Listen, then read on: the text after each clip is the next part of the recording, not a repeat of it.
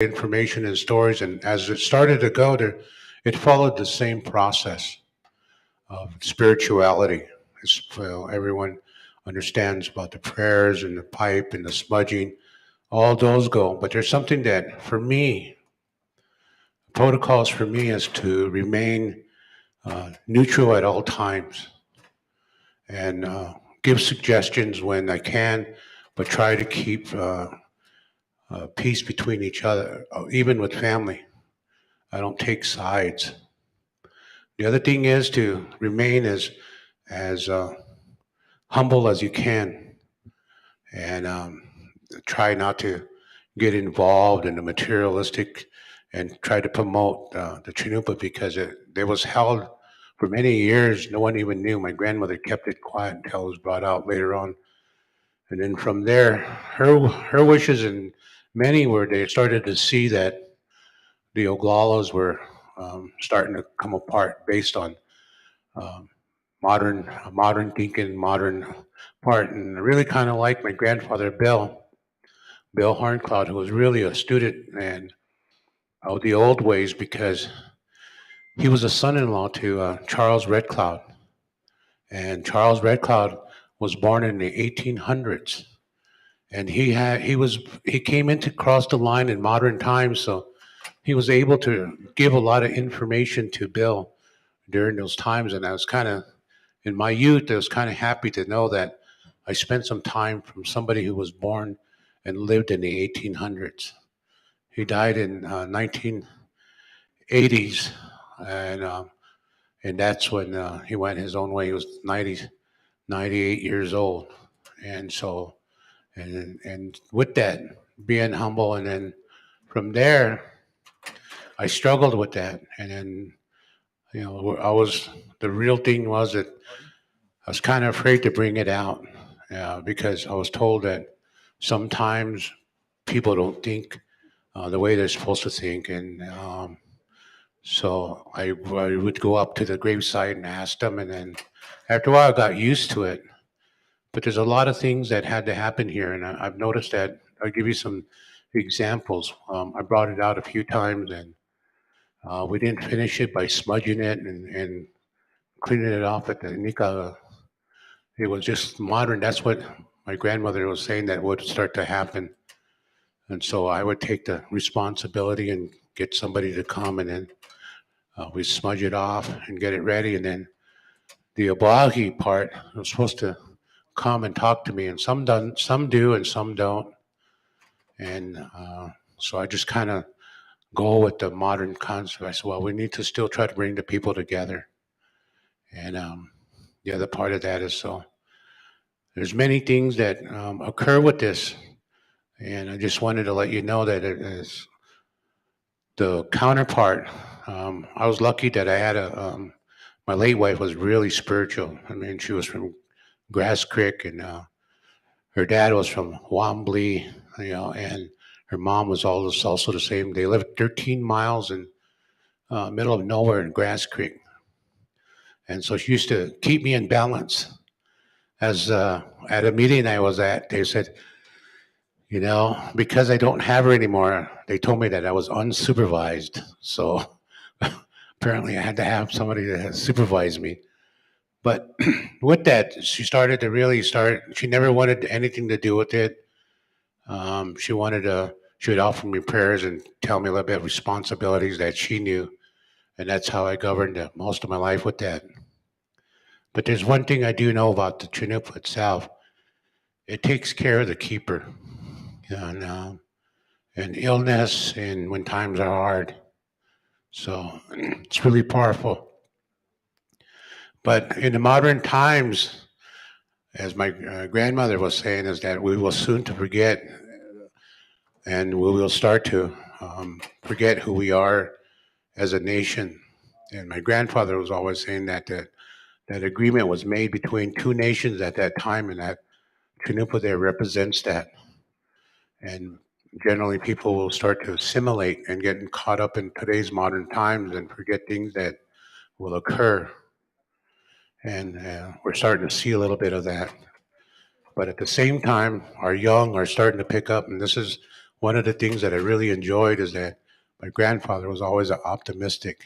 He was saying that the young will always start to find something and look for who they are and take the modern part of it because he was a modern thinker. He wanted his grandkids to go to school and come back and participate in a society. So just wanted to let you know that, the modern people that are our young kids are picking up things a lot quicker. These are our future. With that, so now I'm 61 winters, and I'm struggling of uh, becoming an older gentleman, as they would say, mature. Because with that maturity, your body starts to ache, and hair starts to fall out, and your teeth start to fall out, and you barely get up in the morning, and then you sometimes you don't even feel your feet, So apparently, it's part of that process. So with that, I wanted to let you know that the Chanupa here is for to bring in a nation together, and that nation is the concept. Everyone was you talk about the 1868 treaty is a piece of paper that was written on with ink. But one of the things that everyone seems to not understand that the military force and the government recognized us as a nation of people. And that nation of people, when they brought us together to sign on that, to agree, they recognized us as that, as a human being nation, the Teton nation. It's not the treaty was made between two nations, groups of people with military force, culture, and values and beliefs. That document is what brings us together. And so it's really interesting to see. And then our modern thinkers, as they would say, the Indian Reorganization Act, individuals look at that document and they put it before them, but they don't really understand that there's a lot more to it. It's to rebuild a nation. And I'm hoping that we those individuals of long that took over on 1934 realized that by neglecting the people that stood there before at the battlefield negotiating peace, that's who they represent. So with that, I leave you, and we're going to be getting ready. I'm going to start the process. I'm going to ask my Kahashi. I didn't even know because I was still struggling with relationships.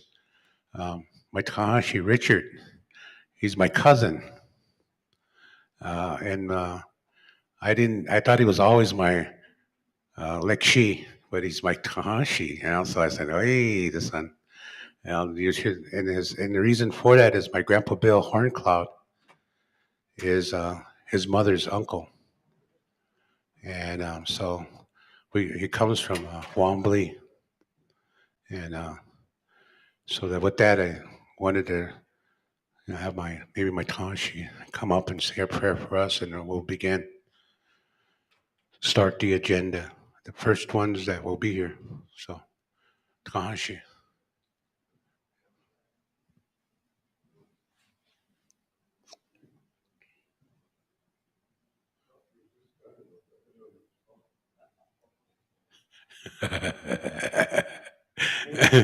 He didn't have his hearing aids in. He didn't have it.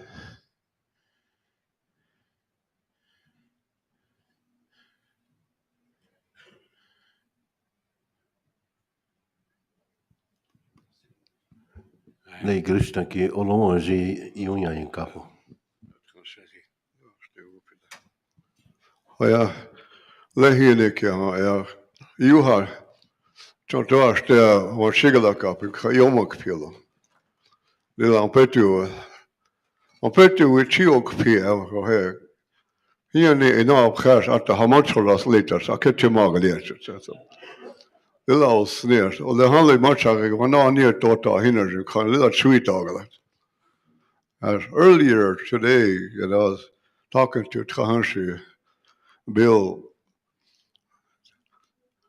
Honey, 1970, early 70s. Oglala ke taong tako ni tokhash no kohon, but Khartoum we had troubles. Techiso young. There's a lot of concern. First time we met American Indian movement, ahi. Oyate kilila yokfe, especially my grandpas and I. They were very inspired by a young group of people that went all over. Everybody welcomed them to Pine Ridge. They were kind of a sign of a hope of when we were all having difficulty. They came and revived our spirit. Lila oyok. You coming around 70, me and my dad woke up one morning and we turned on the TV and here the first thing in the news we saw is American Indian militants occupy a Wounded Knee. We got up real quick and we didn't need to drink coffee. That kind of woke us up. First time I saw Russell and Dennis and all them guys are church. My mom was from Sichangruwian. My mom was always scared. She wasn't home, so we thought she went back to Rosebud. And Russell and Dennis and Clyde and out there Fool's Crow. Wogalaka, TV over there. In the background, we know that was my mom. And hey, I don't know how she got in there. Okay. This morning when I woke up, it was storming in here. I remember those guys. I asked him, did it storm while you guys were in there? Come out almost every day. Wonspe wobbleze unkup yuka. Oyate, Lakota Oyate. All three bands. What is Wakan? Which Wakama Kachama Hanokopi? We Oyanke. Our blood, our DNA, our genes are very Wakan, very sacred to our people. There's a little bit of bravery in every one Lakota, a long time ago and still today. The other day we hear a presentation about treaties, what happened to our people, what happened to the laws, what they couldn't break. They tried every way possible. They couldn't break our commitment that we live by our ancestors in our bloods today. We are one of the strongest indigenous tribal nations in North America. It runs in our veins. It runs in your blood. Our ancestors, their life is still inside of us. Our moms and our fathers, our relatives that went, they're alive inside of our soul, inside of our spirit. Oyate chantetchiza. Ochanke honey. We choa oachwala watchin chanka wash age ompiko. And the laws of the Chanumpa, it runs in the veins of our people. 100 years from now, we may not all be here, but our bloodlines, our veins, they'll be alive. Woyo haki hanatakonish. Makaki akan uichahan kompi. Ochanke woachint hanka unhapikte. We gather around here today with our Chanumpa, all of the relatives, Yushke Wanki Chankapikte. Niuk onk lilap tetela. Tohanto cash on Kiagalapikte. Ochanke Yushkia Chantoashte Mauni Picture. The gathering here is a very sacred one because all of the Oreate, our families, Wotakwe, Wichakiksi Ohipi. I thank Mr. Tuigal and the treaties, those people that brought us together. Oheche, our spirits came alive now. We have a purpose. We have to raise our children. Everything's gonna take its place. You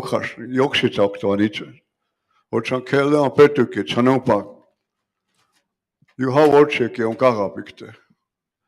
Oh, I can't haka. Ia hunt ya, na iwaka bit ya, a picture. What come on carry takele? Wamak hashka oetona kecha wichaka. Ona makpia na makha yoko kelo wachupa koza oetona kecha new pict. Makha kilechi ochlate wamak hashka. Ona manichete kilechi maha wamak hashka opi. Henakecha tchoa na ripit chawa.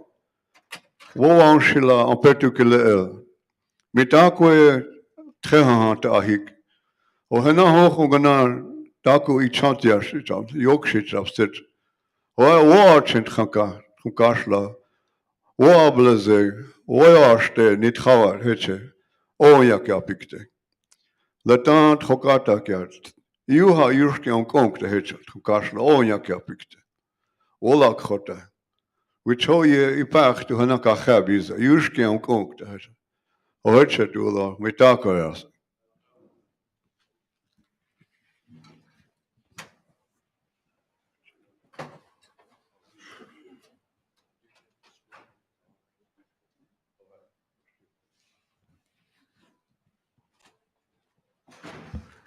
Ivan Olange.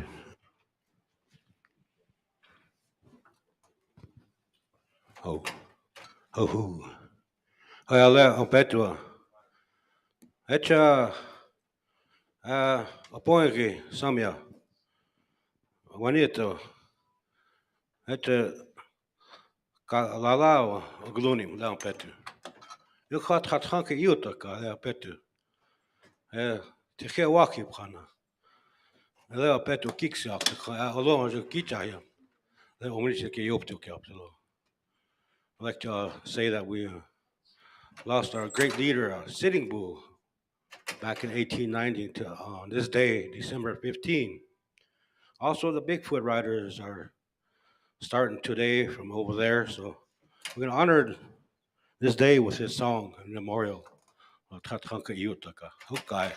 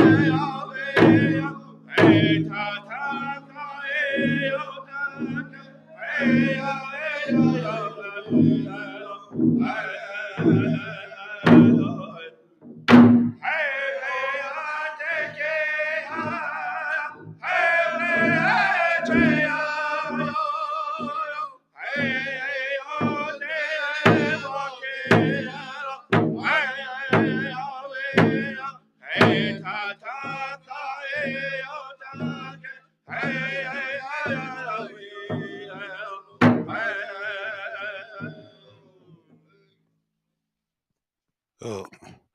Okay, Ron Lehman, this will be your first presenter of the morning.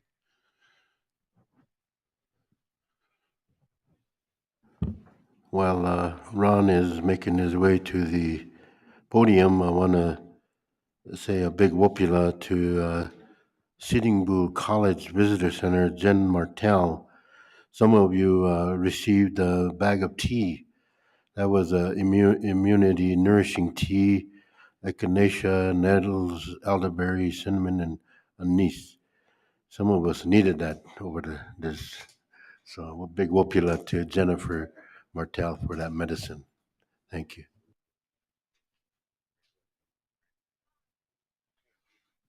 Yellow.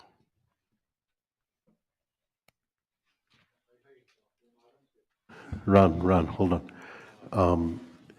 Paula Antoine of the Sichango at the land office has some candy bags she would like to give away today too. So in memory of Roger Milk, former Sichango Treaty Council member, great grandson of Red Cloud. Thank you, Paula.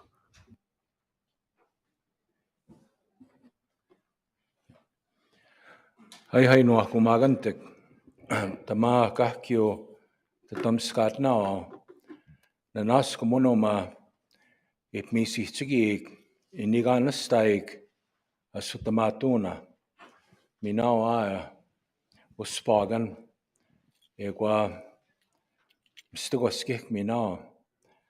Just saying good morning to each and every one. I'm really glad to be here to come to this very important gathering that you're having to talk about something important for our future generations, the treaties that our ancestors entered into on our behalf. And it's good to see this sacred chanupa, this pipe. In my language, the Cree language, we say uspagan. And also this sacred drum, stigwaskik is what we say. My name is Ron Lehman. I'm from Beaver Lake Cree Nation up in Treaty Number 6 territory.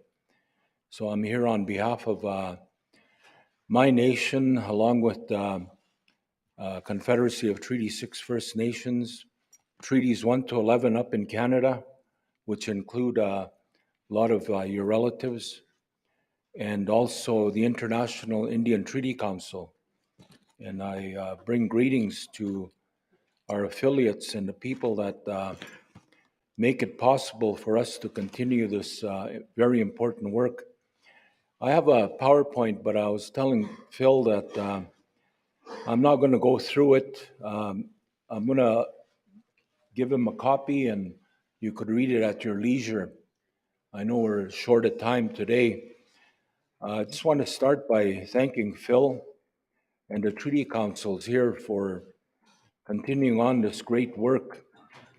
And just want to acknowledge my brother Bill Means here for he's one of our board of directors on Treaty Council, and I believe he was the first president of our International Indian Treaty Council. So really want to thank him and all of the warriors that did what had to be done so that our Indigenous people's voices could be heard. And one of my, up in our territory, they say Kona. Here you say Kola. One of my friends, he helped me put together a PowerPoint. And he's one of the Nakota people that I work with. And we wanted to just share with you some of the work that we're doing. And not going to take too long. Originally, I was supposed to have half an hour, but I have 15 minutes, so I'll try to make the best use of it. Our alliance with Oceti Sakowin goes back quite a ways. Some of your people are up in our territory. The Alexis Nakota Sioux Nation, Paul First Nation, the Assiniboine people in Saskatchewan and Manitoba, the Dakota of Whitecap, Sioux Valley and Wahpeton. Some of them are in our treaty and some are not. Some chose to remain independent. So I just wanted to recognize that the work goes on, whether you're from this part of the country or north of the line where I come from. Our allies are from Treaty 1, Treaty 4, Treaty 6, and Treaty 7. The Mountain Nakota Sioux from Morley, Alberta, which a lot of you know. Over decades, we've worked with a lot of your people, and we did a lot of this work at the United Nations level, and we still continue to do so. And like I said, I'm not going to read all of this. You can go ahead and read it at your own leisure. But I just want to highlight on a couple of things. Our treaty number 6 was concluded at Fort Carlton in August of 1876 and at Fort Pitt in what is now known as Saskatchewan. And the treaty was between the Crown, the Cree, the Dene, Saulteaux, and Nakota Sioux tribes. And years ago, we started bilateral discussions. We went back to what was agreed to in the treaty. We used to have huge treaty gatherings, and we would talk about the treaty, how it's working or not working for the indigenous peoples. And when the incidents happened in 1885, the government of Canada was very afraid to have so many indigenous tribes together. So they sort of scattered us. They now have treaty payments within the different tribes. And this picture here is one of the things that we worked on for quite a few years. And this is the medal of the treaties that were entered into up in our part of the country. And if you ever go to Edmonton, Alberta, Treaty 6 territory, you go down to the legislative grounds, and this is where this monument is. It took a lot of work to convince the government to be able to mark the historic treaty adhesion that was entered into in 1877 at a place called Fort Edmonton. We entered into bilateral discussions, as I mentioned, going back and talking about the treaty. There was 21 items that were identified, not limited to the 21 items, but those were the ones that were identified that we would talk about.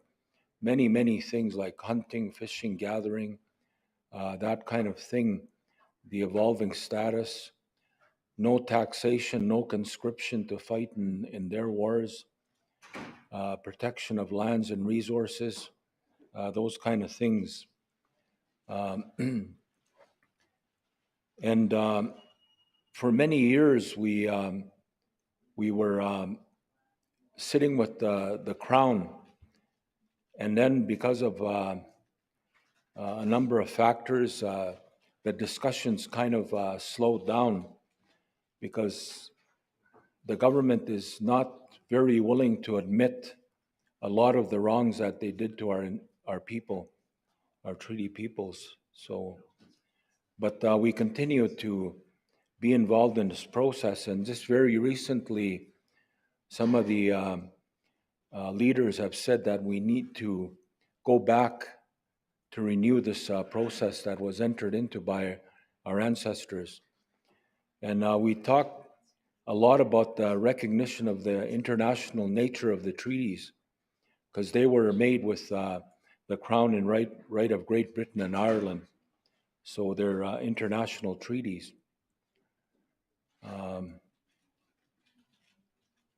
And many things have happened that have really affected the relationship.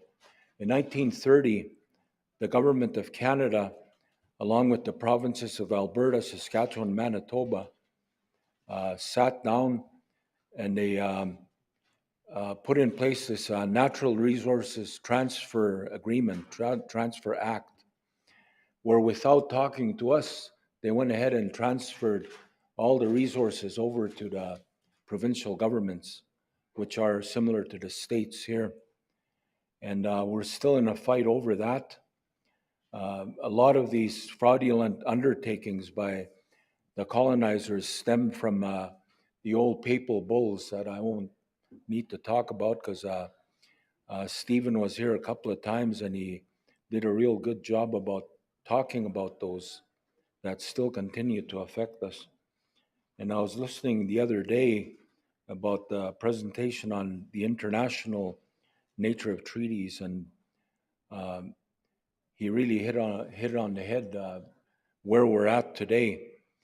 When we talk about the UN Declaration on the Rights of Indigenous Peoples, most of you here know that the work started in Standing Rock in 1974, and many of the ancestors and elders were there at that time, and they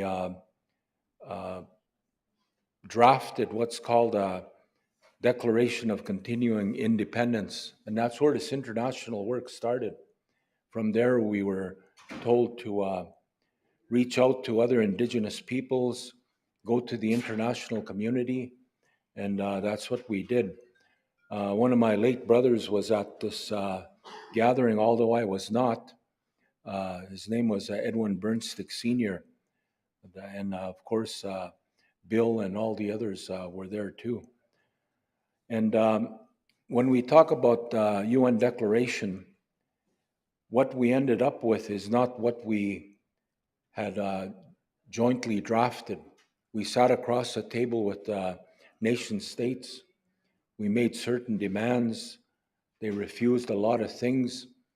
And early on, they said, well, let's let them have their, what it is they want on paper. When it goes to the next level, then it's going to be ours, because they're not going to be there. But a lot of our very intelligent people were there at the time, and we introduced a resolution that said that Indigenous peoples need to be involved every step of the way where the declaration is going to be talked about. We were successful, except for at the General Assembly. We don't have standing there. And that's where they made a few changes that affect us today, including Article 46. But it's not a total loss. You need to read the declaration as a whole. And you might have heard that Canada adopted the UN Declaration. They didn't. The UN Declaration is just a footnote. They went ahead and they want to look good internationally that they're doing something. But actually what they're doing is they're doing their best to domesticate an international instrument. Just to let you know that. Many other things like gun legislation is affecting us. It infringes on our way of life because a lot of our people still hunt, fish, trap, and gather. And it's getting really difficult now because of all the activity of the multinational corporations. No room for the animals and the wildlife anymore within our territories. And we have a court case pending on that. And maybe as we move along, I can report to you what happens in that case. And every year we get together as Treaties 1 to 11. And these are quite a few of the nations right across the country, the ones that entered into the treaties, the number of treaties, and talk about a lot of things there. We just went through the pandemic, and we're still somewhat in it. Our ancestors foresaw that something was coming, so they insisted on what they call a famine and pestilence clause, that would be part of the treaty. And it somewhat helped us during this pandemic. They didn't do what they were supposed to do, but at least they made some allowances for us. Many other things like child welfare issues that you all know about. I was reading about the Child Welfare Act that is being looked at again and might be repealed. Indian residential schools, here you call them boarding schools. We had Indian hospitals where many of our people passed away, and you hear about the graves that have been found. Some of these are around Indian hospitals too. People died, and families didn't know what happened to their relatives. And also about climate change and the environment. Very important. This is just the different number treaties in our territory. Treaty 6 is in the middle part of Alberta, Saskatchewan, and 2 First Nations in Manitoba.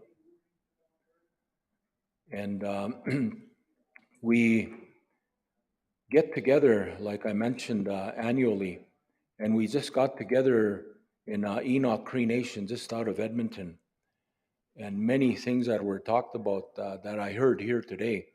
Extreme weather conditions are becoming very, very common because this visitor to our land is desecrating the sacred land.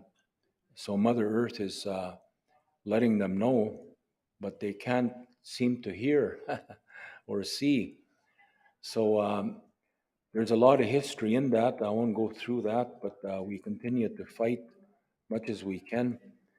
And these are just some of the areas that we continue to work in. The CERD, the former president of the IITC, International Indian Treaty Council, whose place I took when he became the special rapporteur. He used to be on the CERD committee. We had an ally there, and we would make interventions at CERD. Then, of course, you all know about the Universal Declaration on Human Rights, the ECOSOC, and also COP27 on climate action. And yesterday here, the Convention on the Law of Treaties was talked about. Very, very important. Although we're not nation states, we don't have standing, but we're not excluded. If you read it, it doesn't say that Indigenous peoples are excluded. But much of the UN, as we know, is an old boys club. And it's only through hard work that we continue to make inroads in there. Just before I came over here, I went to a ceremony in the Paul First Nations. They're Nakota relatives, they're Nakota and Cree. This is their school here, and they had an inauguration of the new chief that got in as the leader, Casey Bird, and they went back to the old traditional ways of giving them a headdress and also the pipe, and it was very inspiring to see that the people get together.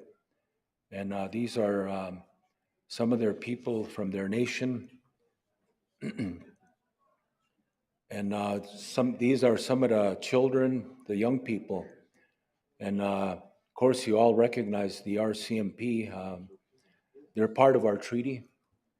They were supposed to originally enforce the treaty, and but it ended up being that they were hired by the provincial governments to enforce provincial law, which is not what they're supposed to do. Anyway, I don't want to take a lot of your time, but I just want to say I'm very thankful to be here. And I know that Phil mentioned to you that these treaty conferences have started a long time ago, but a few years ago at Bear Butte, we agreed to collectively support one another. So it seems like sort of a tradition now that we continue to support these treaty conferences each and every year. And we try to come to your nation and to learn from you too at the same time. And I just want to close off by saying that I really liked what was said about Chanupa this morning, because in a way we're lucky. My granddaughter, her husband has a sacred pipe, a pipe that was used in 1876 at the signing of Treaty Number 6, 1877. And so that they claim that pipe is over 200 years old.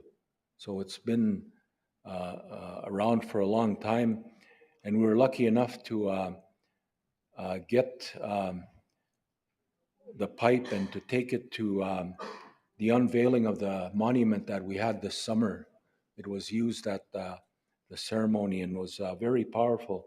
So I just want to thank you again very much. I brought along some sweetgrass and hopefully can be shared with different treaty councils. So nanas kumun. Thank you. Oh, Upila. Thank you for that, Ron. And then I was just looking at something. You guys all must have went to boarding school. They're all in the back over there. And I'm afraid of the ruler, I guess. Okay. So Umpo Jensen is the next presenter. And we're going to give her some time to come up, prepare. She just walked in. So, She literally just walked in the building. yeah, she knew it. So you just wanted to add a little bit more to that. You just remember that, the treaty is a piece of document signed by a nation. And we need to remember that as human beings.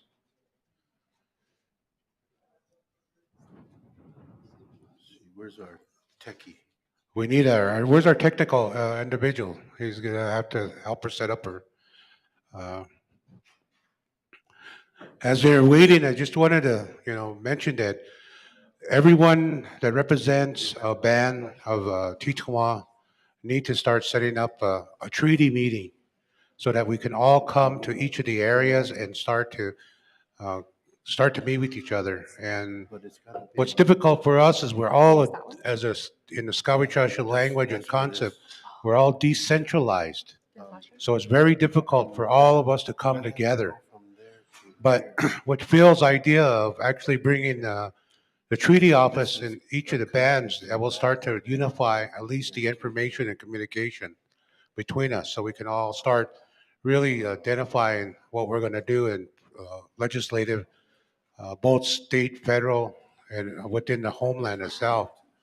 So those that are out there, please, start lobbying and getting your the bands, the tribes, whatever you want to define them as, to get the treaty office start to put together. I think it'd be really important for us to start communicating with each other, and that's the part that's really important. Let's see. Oh, yeah, you're right. Also, on the questioning and answering, we're gonna have it a little bit later, but we're gonna move around again. Phil wanted me to mention that anyone that was from yesterday that was a presenter, could you please come up and sign up over here if you wanted some time. There.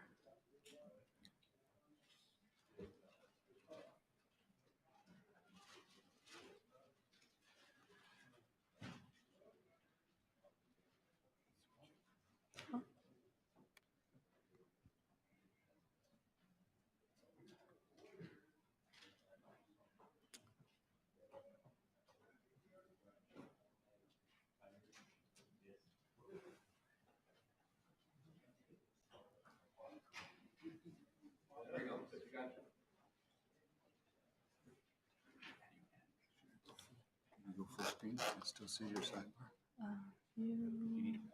Slideshow? I don't think I'm good. See, there you go. All right. Thank you. No, I think I'm good.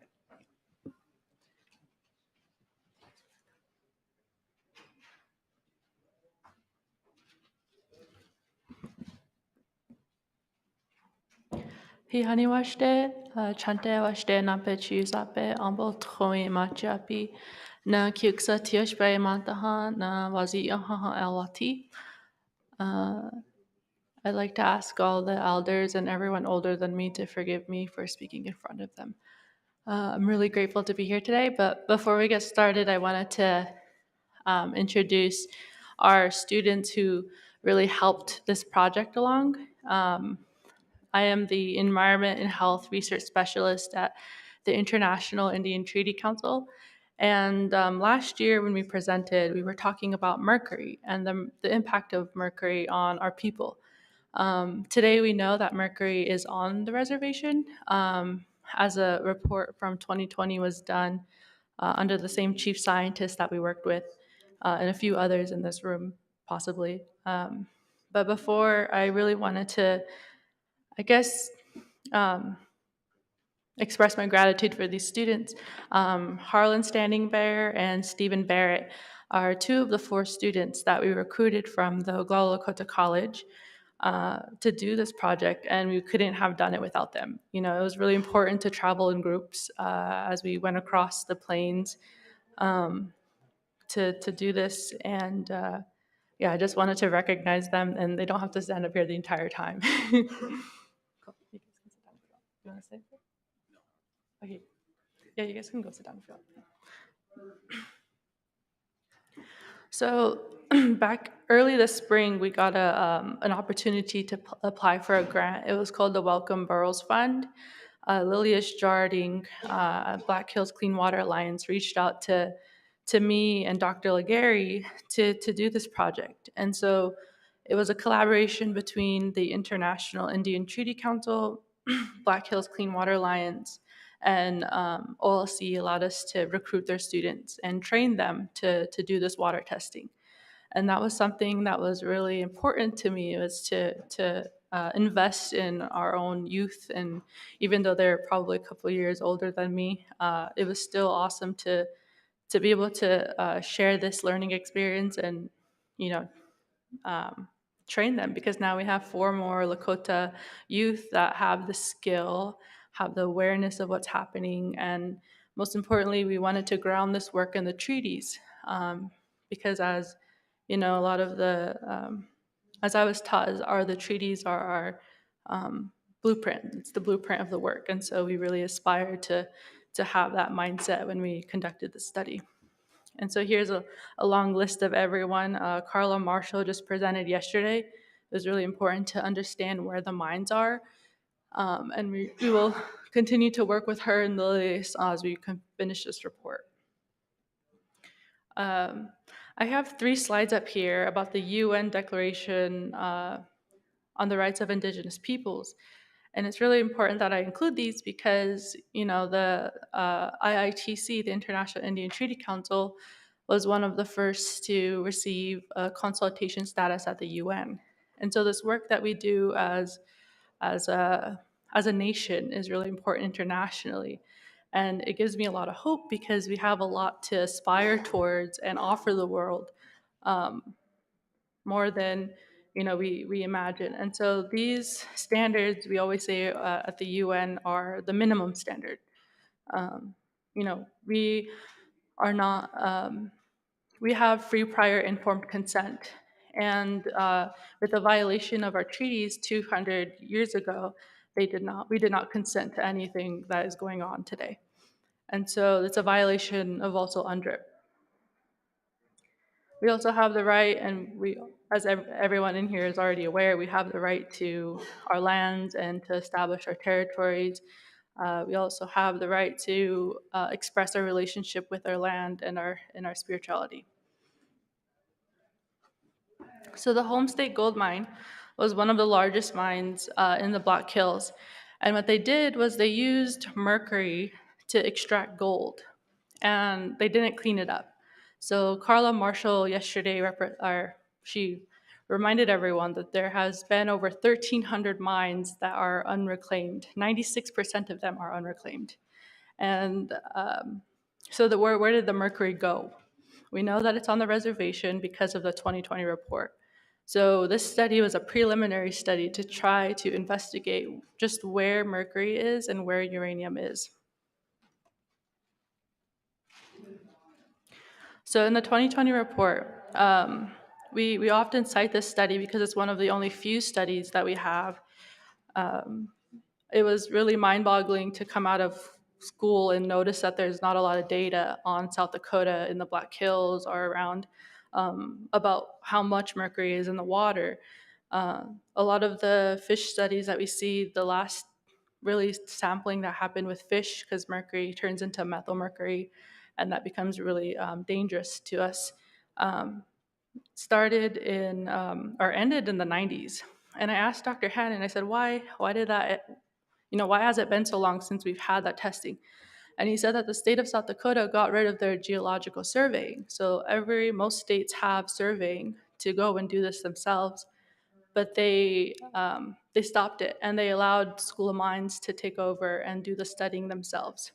But today we don't have access to that data, and that's a big disparity that we need to address. Is we need to have our own access to information and what's in our water, and be able to access that with all of these universities that conduct studies on our lands and in our treaty territories. So 11 out of the 16 samples had high concentrations of mercury. And this was kind of what motivated us to continue this study, because we want to identify just where the mercury is coming from. So mobidium was also done in the study. The 2020 report that I've been referring to is a full spectrum analysis. So they didn't just test for mercury and uranium, they tested for a whole spectrum of things that are in the water. And that's expensive. Um, and then 14 out of the 16 sites, or 15 sites, had, I guess, exceeded limits of uranium. But I also want to point out the fact that just because the EPA says that a limit is, at 30 ppm for mercury or for uranium, they set the standards. And I believe we should be setting the standards of what we want our water to be and what we expect it to be. So this is where they tested all across the reservation, and that 2020, or I guess South Dakota. So that report is really awesome to look at, and it's the start. So what we wanted to do in the study, kind of backtrack, is we know that climate change is coming, and we know that the extreme weather events are occurring. And we also know that we're in a floodplain area. So a lot of the fluvial exits of, I guess on the perimeter of the Black Hills, are exits of our water from the Black Hills. So if all the mining is happening in the Black Hills, it has to exit somewhere. And so we're thinking that with the increased floodplain or floods, they are going to carry the sediment downstream, and then also the current contamination in the water downstream to the reservation and down or through the watershed. So it was really important to kind of investigate the perimeter of that. And so we know that it's going to come towards higher populations of people. And today there are no specific studies that really examined, the threat of those contaminations and extreme flooding. So our objectives in the study were to understand the sediment and the stratigraphy, and I'll explain kind of how we did that and what the students did to accomplish that. But then we also wanted to sample and analyze the water in 3 different, I guess, fashions. One of them was water contamination, sediment, and soils.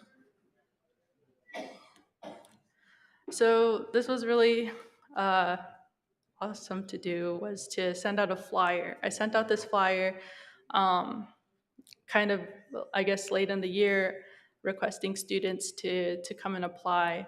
So we sent out the flyer. They expressed interest, and I accepted them immediately. I said, if you want to do this, then that's enough for me. we trained them. We took 2 days to train them on testing water. We also took a couple of days before that to kind of explain and ground the work in the treaties. And then we also did our on-site testing and our training. And a lot of the students were, by the last 2 days, we were really on it. We were able to go really quickly.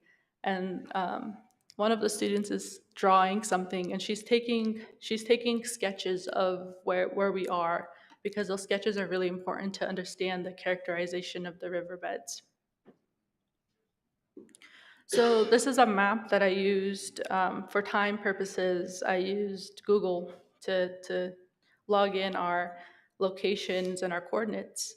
Um, and we went to 13. We originally wanted to do 14 sites, but we were only able to do 13 because one of the creeks that we aspired to test was destroyed by development. So it was no longer a fluvial exit.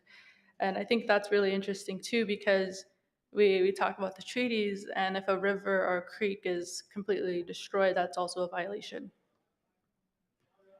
So we sent the data off to Mid-Continent Labs. We originally wanted to do it to send it off to South Dakota, and it was going to take like 5 to 6 hours to drive there.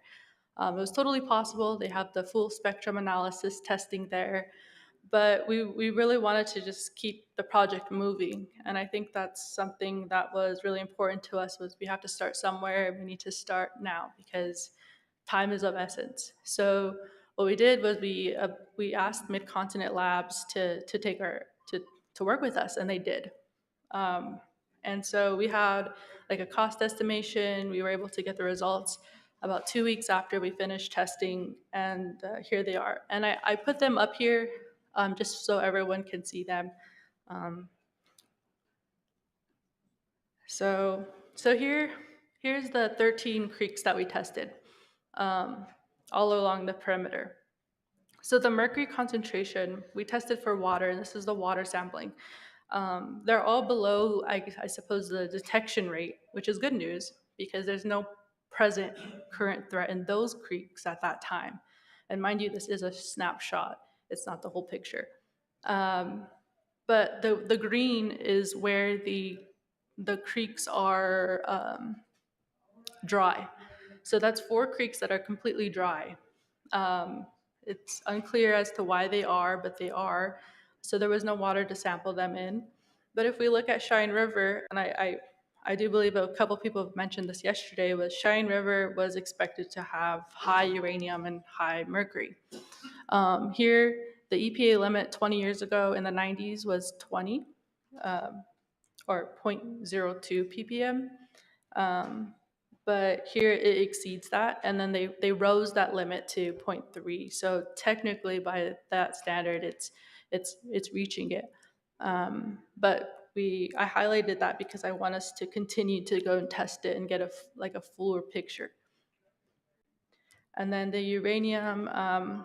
Yesterday there was, yeah, okay.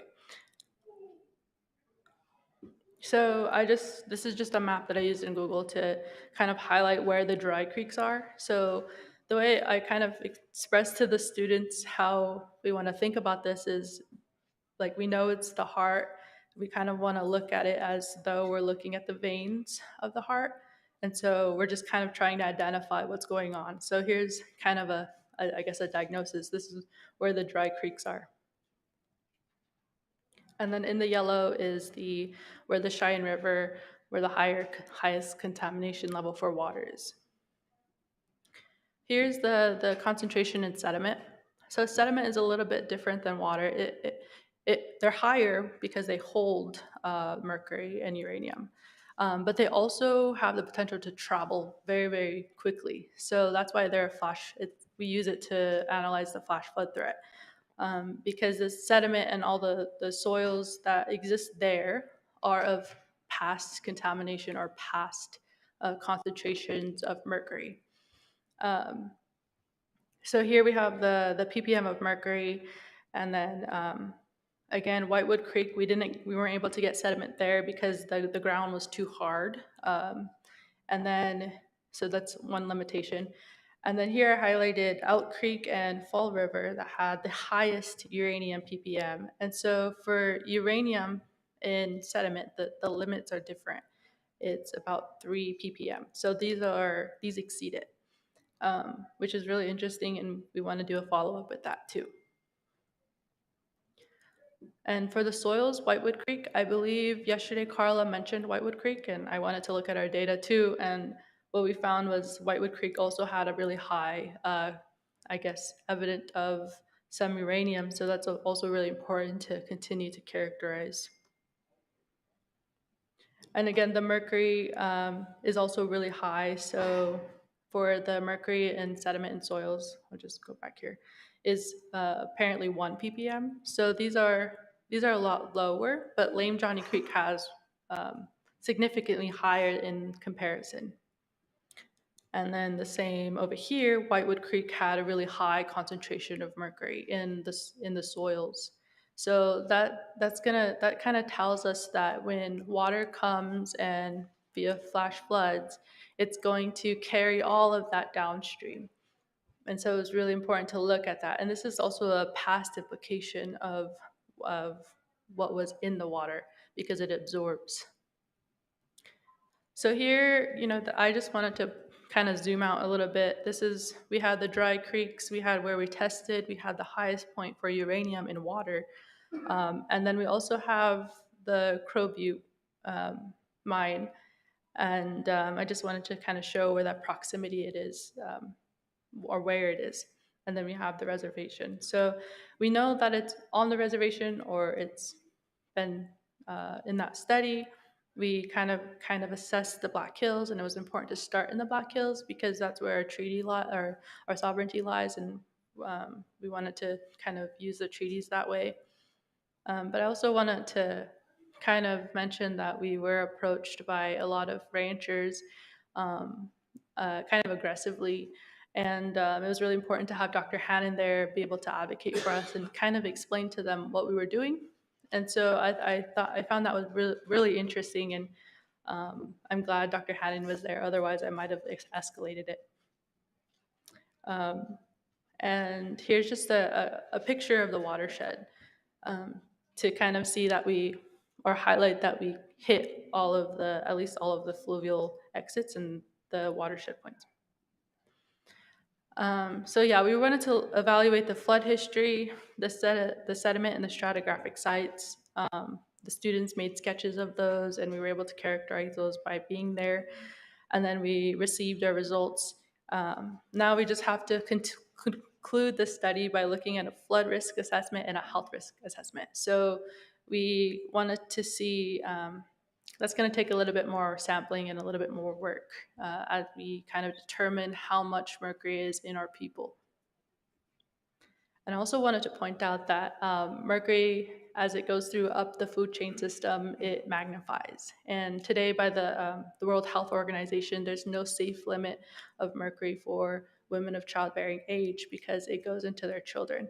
And children can be born pre-polluted, which also has its own impacts, such as learning disabilities and chronic fatigue syndrome, which a lot of, it's difficult to cure. It stays around for about 6 months. So yeah, future work, what we really want to do is continue to test. Of course, we want to continue to test finish the perimeter of the Black Hills. At the UN level, it's really important to test our sacred sites because we kind of want to advocate that those are beings too. And we want to protect those. We also want to follow up on the 2020 study and test the different areas that were in that report. Shine River, we want to follow up with that.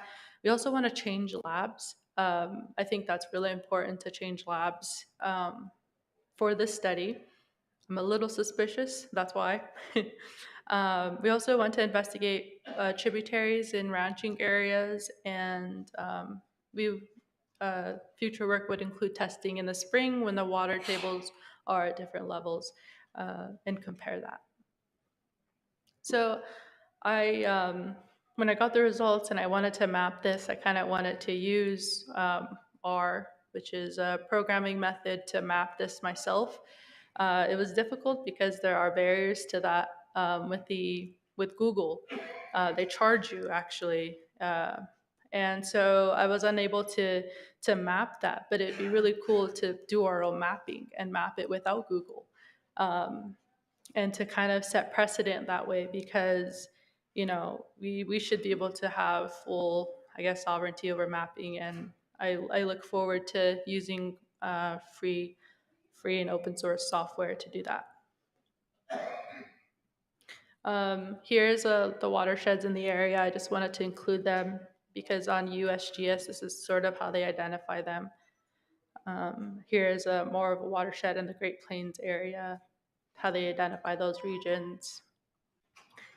And yeah, I really want to thank, Phil Tweagle and Bill Means for mentoring me and supporting me, Andrea, IITC, and all of the students for their dedication and their efforts in this research. And I look forward to for this to be continuing. Lilopla Tanka Ichichia Hecha Due.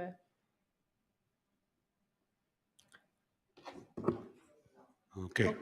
Yes, we have questions. Can you just explain a little bit more about your suspicion regarding the labs and in anything specifically that happened, or if it's just a pattern over time? No, it was our first time using that lab, and I feel like my only suspicion may be because of their political affiliation, but that's all. Yeah. I just wanted to, we're going to be moving along real quick, so keep your questions real short. Mic check.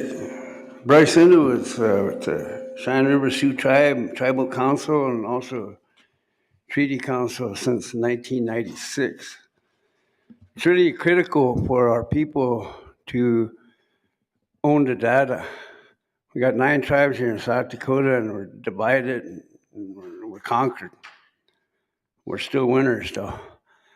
I hope the Teton can pull together as a decision-making body like these IRA governments.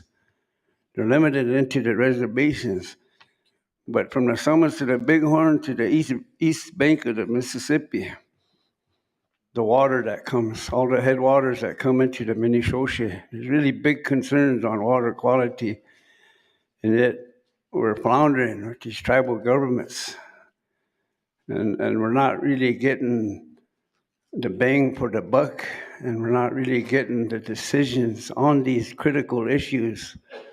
There's a percentage of lithium, this lithium that they're mining, I guess, with the mercury and I'm not even pronouncing it right, that the mining that's going on right now for these electric cars, lithium. I heard that it's kind of also has some toxins in it too. And I see that Joseph Archetta is on the agenda here, the Native Biodata Consortium. They can test land, air, water, blood, and his point to the governments, tribal governments, is you have to own the data. You have to exercise your jurisdiction and sovereignty over your blood, your land, your air, your water. And I'm glad that this is what we're pushing on these IRA governments is our members need training, man, right now, just like in the military. You come off the block and you go into the military, they train you. That's what we should be doing. We should be training every community members on these critical issues and take it to the United Nations under that permanent forum. Youth delegation at the United Nations is 15 to 24. We should be targeting that age group in the schools, even in public schools on our land. I talk IRA, so it's only the 1889 Act that limits us. And then we're talking about treaty territory, yet we don't have a decision-making body. We have the leadership, but we're not together saying, this is what's going to happen. Like they used to meet at Bear Butte. My great-grandfather at Bear Butte said these, Washitula, Milahanska, Chasapa, Ahip. what are we going to do with them? I Bryce, still got that same question. 'Cause Bryce, look do you at have what a they're doing. question for her? Yeah, on the lithium, if they could, I guess the lithium would be the issue because I guess there's no more permits. They opened the whole Black Hills up to lithium mining. And how big is that mining? And they're talking about pretty big operations that are going to be going on that are going to threaten the water. We have the purest water on the planet right here underneath the Black Hills. That's what's being threatened. So it's a critical issue, and I'm glad that you're taking this on. I'm glad you mentioned the unit drip, because if you talk to tribal governments, the unit drip, they probably didn't even read it. Ramalo. Oh, one of the things I wanted to make sure that you asked a direct question of the presenter. Um, you know, I want to emphasize that our young people are starting to get involved in a lot of the science. They're actually learning the language and they're learning their skills. It's it's the Tetuan Nation needs to get behind them, and we need to start supporting them and becoming advisors for them because in their world, we don't support them, then they get barraged by their world and their Thank you, support. So Ampo. thank you very much, Umpo. The next presenter will be Jessica Two Eagles Tokala Inagio Mentoring. Could you please come up? If you need to email a question to Ampo, send it to me and I forward to her. Yep. Or grab her while she's here. Have a visit with her.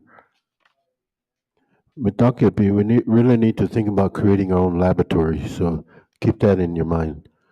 Talk about putting Oceti Sakowin lab somewhere. You need technical?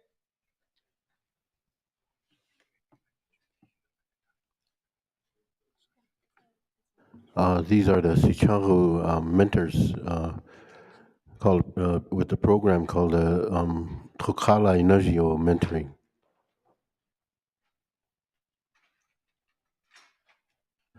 And it looks like they're going to sing some Christmas carols. No, I'm just kidding. You guys ready?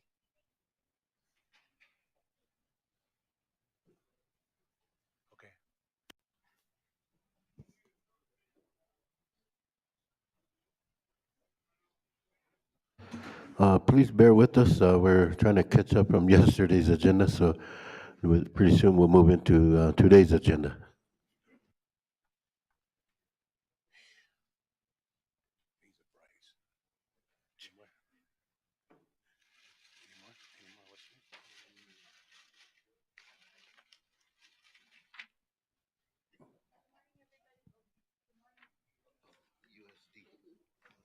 Oh, hello. Good morning, everybody. My name is Jessica Tuigal. I'm the project coordinator for Togala Inagio Youth Leadership Mentoring Program. I've been at the program for the last 8 years. And so we are going to do an update on the boarding school. The Sichango Youth Council Togala Inagio peer mentors have worked tirelessly to bring back our Carlisle relatives, our Rosebud relatives buried at Carlisle for the last, I think, since like 2015. And so last year we were able to bring back our 9 relatives. And so we're just going to be giving an update. And if you guys have any questions, I'll just go ahead and let the youth mentors, Sichango Youth Council members introduce themselves. Oh, my name is Ashton Eaglebear. I'm from the Rosewood Sioux tribe. My grandparents are Russell Eaglebear and Marcita Eaglebear. I've been a part of the Sichango Youth Council since I was 12 and still continuing.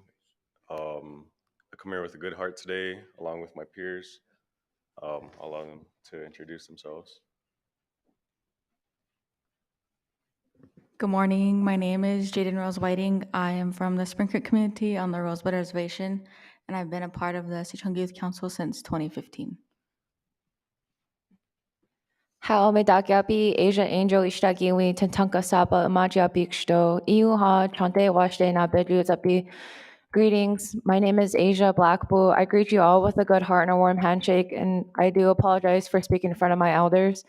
I have been part of the Tagala Nagio suicide prevention program since I was 12 years old. I'm currently 22, still continuing on, and all of the information that we will be speaking about today has been research and from our perspective. So again, we do apologize for speaking in front of you.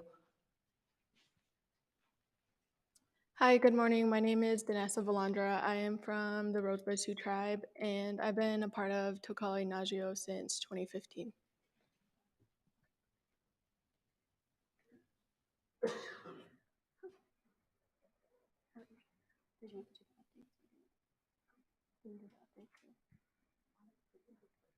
Okay.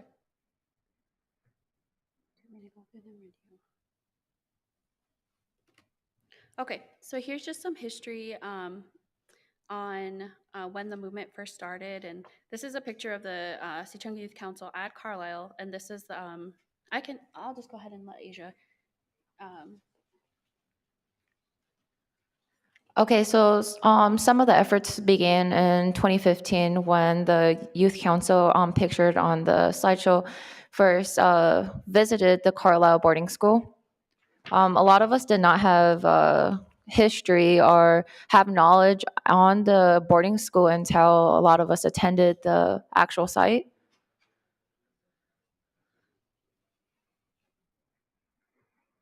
When the members went to our Sichunga Youth Council had attended the Carlisle boarding school, a question had arisen from one of our youth council members, Cindy Horslooking, and she wanted to know, we had to present on the whole trip at Carlisle to our tribal members because they helped funded the trip and give knowledge on what we have learned because the whole meaning for the trip at Carlisle was for a unity conference.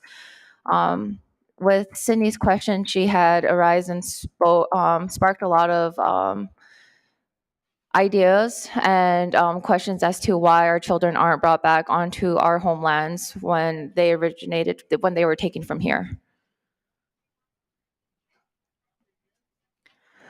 Pictured up on the presentation is the meeting with the descendants of the children who were buried at Carlisle.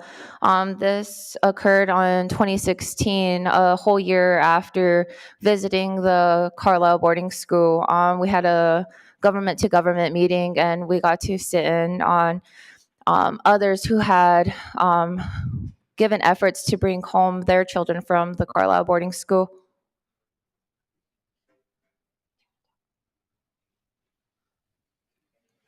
So with our efforts beginning from the very first initial trip, we met with many of our tribal people, such as the Tribal Land Historical Preservation Office, and we reached out to many people on how can we bring home our children who are buried at Carlisle as a way of healing.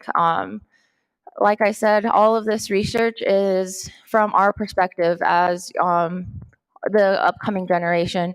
We are able to speak on a lot of your guys' experiences when it comes to boarding schools, but we are here to continue to tell the truth to our future generations that our government tried to mask and cover and not educate us in our black and white text in school. So as a collaboration of our youth council, we came together to learn this so we can educate ourselves and our other peers on the reservation. As we began to educate ourselves, we started to go and travel around the other reservations and to spread awareness and to let them know that we're trying to bring home our children and trying to get everyone involved as much as possible. Finally, last year, it was such a long journey, many years to finally get to where we were able to bring home our children. I'm sure a lot of you have read in the news or also attended and stood with us to bring home our children. Here are some pictures that we have collected. On the bottom right, you can see the females in the orange skirts. Also, they're all part of the Sichunga Youth Council. We were able to honor our relatives in a good way and as respectable as possible. We got to meet with our medicine men to make sure we did the proper protocols in order and to bring in home our children.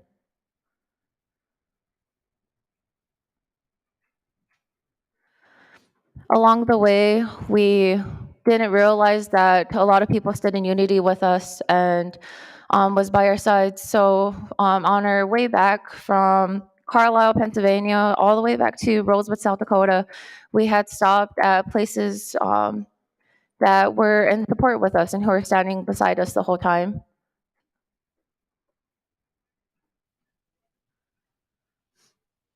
Here are more pictures of everyone coming together. We did a ceremony and we brought the children back to the landing where they very first left from our tribal lands to Carlisle.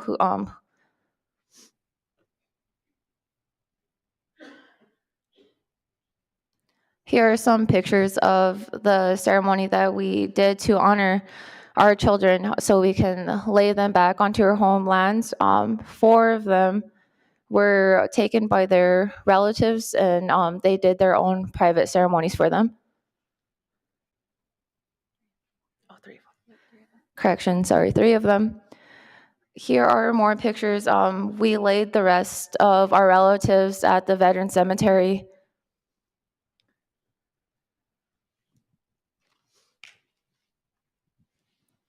Here are the relatives that we brought back. We would like to, if you'd like to take a picture of them, we like to honor their names so we never forget them.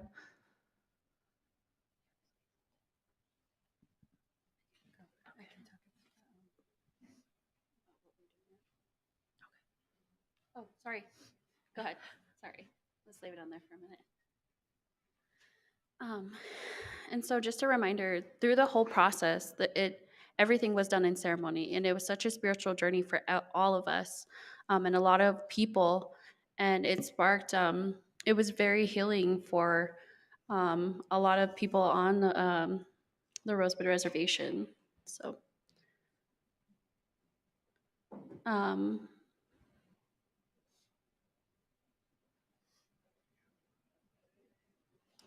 okay. So just an update on where we're at now. So on Thursday, July 14th, we had a memorial at the treatment center, and boarding school survivors were invited to come and just to be there and just in memory of their kids. And we had 9 teepees set up in their honor with their names and had a dinner. I think it was probably from like 8 to 3. It was a very good turnout. Just very healing journey. And then so on the so July 14th was designated as Tiata Glipi Ampetu Day, so as a tribal holiday in Rosebud. There, and then there's just pictures of the teepees that were set up. And then a nipi was offered that day as well, just all day around the clock too. And we invited our spiritual leaders too. Sorry. I can email this out too, some of the pictures if you guys would like. And then the runners, we had runners. So the day that we brought our relatives back, runners ran from Whetstone all the way to the veterans cemetery. Yep. And so on the memorial, they ran from the veterans cemetery to the alcohol treatment program. They started at sunrise. And I think they got there about 10 a.m. And then here pictured is boarding school survivors.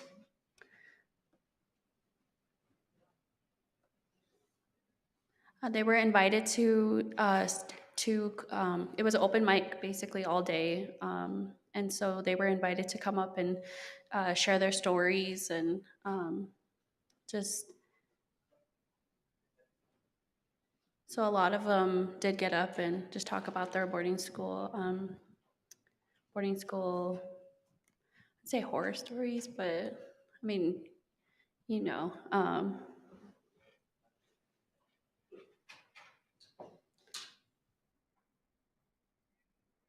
So going forward, the youth are still presenting. They went out for Orange Shirt Day. They were invited to a couple places that day, so they were just on the go. First at like mostly in the schools. So they were in St. Francis Indian School, then they traveled to Eagle Butte, and just to talk about, bring awareness, and this work isn't done. There are still hundreds of thousands of kids still out there buried at boarding schools. And so our program now has still been working on repatriating our relatives, doing research. Um, and then there's just some more pictures there. And just recently, Deb Holland came to Rosebud on October 16th just to hear testimonies from boarding school survivors. I'm not sure what her next stop was, but I know that she had went to Oklahoma before that. Um, and then we've been working with the Rapid City boarding school memorial. They have a whole committee up here. They have weekly meetings. So what they're trying to do, they're building a memorial for the children that died at the Rapid City boarding school.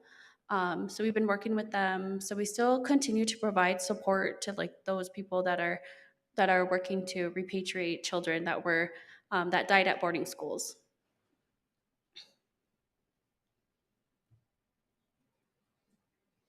And they were invited to read the names of the Rapid City relatives who died at the boarding school.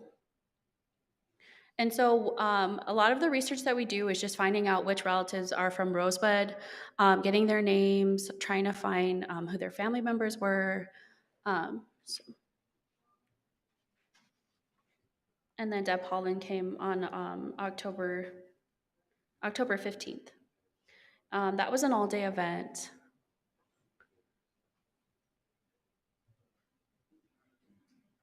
And so these binders here pictured, so we created binders for all of the boarding schools in South Dakota that we have a list of.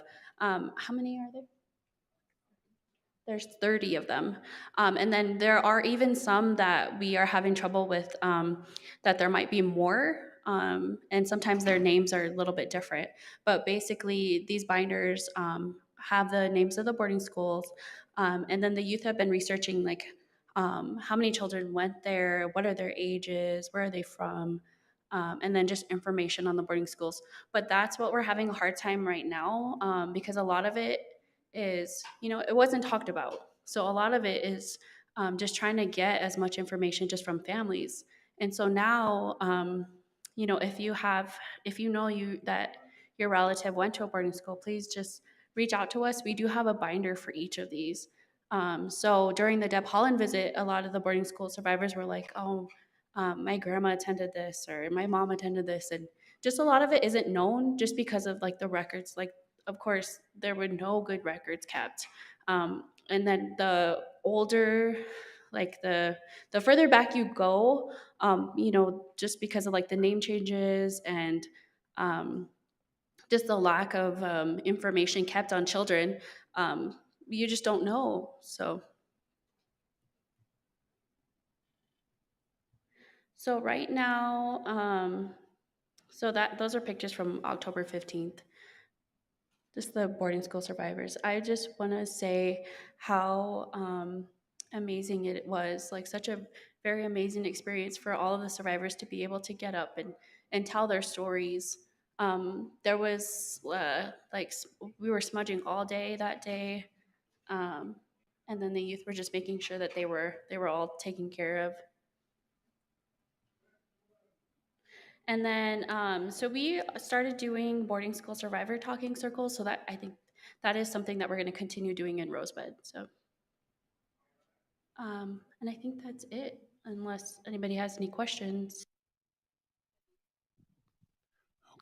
Okay, thank you very much. The next one will be agenda item B. Lakota, give her a hand. Just thinking about those, I remember long ago, my grandmother was a survivor. Carlisle, she married Charles Red Cloud, who was a Itacha at that time. A lot of people came over and brought a lot of English documents for him to agree upon or look at. What he would do is, because he couldn't read it really well, but my grandmother could because she came from Carlisle. What he would say is, "My daughter cooked a lot of food over there, and I'm going to feed you guys." So it's, somebody told him that it's customary when they offer food that you would go. They lived in another house just a few yards away, so they would go over there, and he would give it to his wife, Laura, standing there, and she would read all of them, and then she would interpret it in Lakota for him. So when they came back, he would actually say, "Well, I don't agree with this because of this and this," but actually it was my grandmother who read all those documents, and there was and that was kind of interesting to see.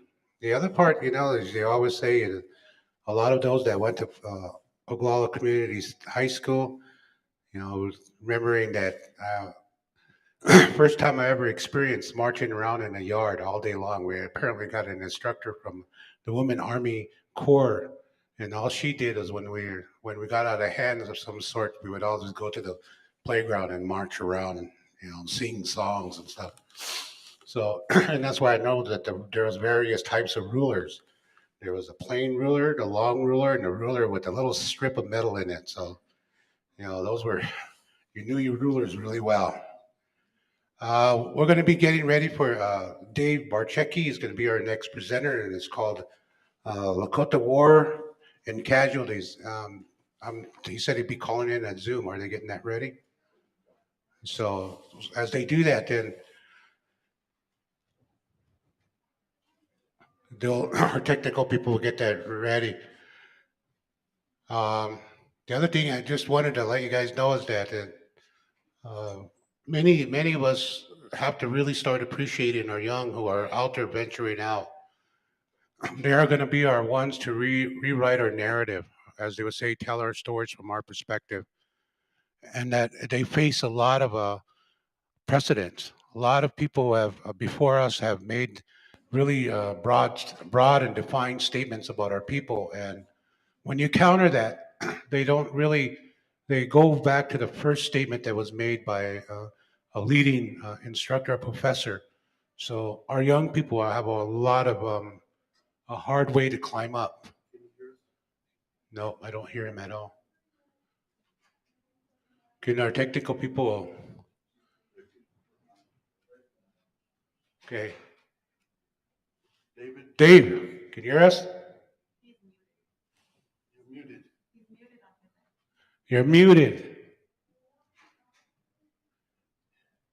Muted. Okay, can everybody hear me? Yeah.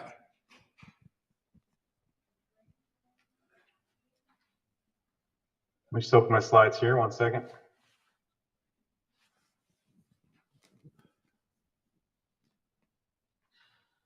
Okay, is everybody able to see my screen?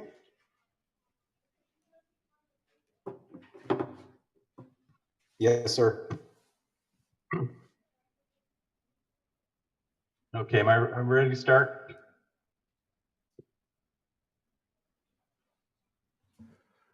Can you hear us? Yep. Okay, you're on. Okay. Well, thank you, everybody. I really am honored to be presenting here again today. This time it's on some work we're doing on mapping what's called the Indian Wars Casualty Database. And this is part of a project we're doing with our native, as Village Earth is the organization I work with, and the Native Lands Information System, and our website at nativeland.info. And we're trying to compile a lot of this historical data, and it's being used to, well, we're hoping it'll be used to verify treaty boundaries and historical accountings of past injustices by settlers, and a lot of other uses. Joseph Robertson's supposed to present after me. I'm supposed to just present this really quickly, and then Joseph's going to talk about how he's using it to better understand the 1851 treaty boundaries and other treaties that he's really tightening up the mapping for. So Let me just present this data here. So that, let me get to the next slide here. So this is a data set that we came across in this journal article by Colin Gillespie from Newcastle University. And it's a data set that's been sort of added to over the years, and it's drawn from a number of books, which I'll talk about shortly. This article came out in 2017, and basically he's looking at trying to quantify it. So what we've done, the great thing is what they've done is they've put it into a spreadsheet. So they've taken all these books. Here's a few of them: Forgotten Fights, Encyclopedia of Indian Wars, 1815 to 1819, American Indian Wars. And so taking all these narrative descriptions of battles, massacres, incidents, skirmishes, and so we've taken what they've developed. So they've taken all these narrative accounts and put it into a spreadsheet, and then we've taken that and tried to map as many of them as we could. And so the Indian Wars Casualty Database has about 2,529 unique incidents from 1776 to 1890. And so we were able to geocode almost all of them. So we've geolocated 2,427 separate incidents, or about 96% of the database. Now, we still have about 102 to collect. And so we are, if anybody has specific knowledge or, as a historian, that's one thing. I definitely don't claim to be an expert on Indian wars or settler wars or any of these incidents. We're just trying to make this data more accessible to researchers like Joseph and yourself. And so if you have any questions about the specific battles, I can't speak too much about it. We've basically taken just the data that was presented in the data set. So I can't attest to the quality of the number of casualties or the locations. We've tried to make them as best we could. A lot of them are pretty sparse in how they describe the locations, but we try to at least pin it down to the nearest county. But a lot of times it can be pretty accurate. A lot of times they're like on stream intersections or near towns or whatnot. So a lot of times they'll say, 20 miles outside of this town or 5 miles from this creek. So we did our best to map them out. So what we also did is, next slide here. So we put, we tallied up the total casualties. So the database divides casualties by native casualties and white casualties, settler casualties. So here's just a list by state. South Dakota it's not listed separately. It's called Dakota Territories, and so that's the one I have an arrow on. So the total number of casualties, Native American casualties, is 802 in South Dakota. You can see Arizona and Texas and Alabama are at the top there.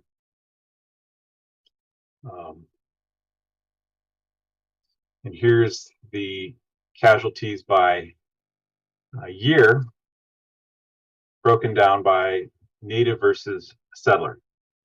So the Native American casualties is orange, and the settler is blue. As you can see early on, there were more settler casualties, and a lot of that was because of the American Revolution. And then later on, you can see more towards the sort of Indian War period, 1863, 1864, 1865, that being the peak of it. And so total settler casualties, 10,423. Total native casualties, 25,490. So you can really see how disproportionate that was towards the late 1800s and how that decreased over time. And what I think would be really interesting is tying this to the different land cessions, like in different treaties, 1850, 1868. So that's something that we're going to do in the future. So let me shift my screen here to show you the actual database.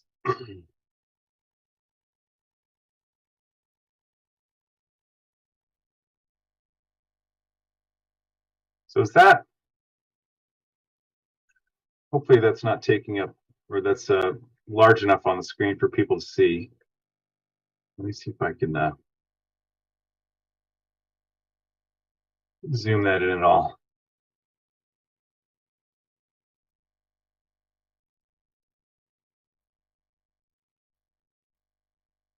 Okay, so so in this map here, we've got the casualties, and the size of the circle is relative to the number of casualties. So in blue, here's the number of non-native casualties or settler casualties. David, In orange, David, yeah. we don't see the map. Are you able to see that? Ah, okay. Let me make sure I share that. Okay, you see it now? Yes. Okay. So here you can see those incidences. So this is from 1776 to 1890, and the number, the circles indicate, the size of the circle indicates the number of casualties. So blue indicates the number of settler casualties, orange is the number of native casualties. And so with this, we're able to animate it over time. So if I can go back and we can basically look at any year. So I think this is a pretty unique view that not many people have seen. So I'm just going to play this out.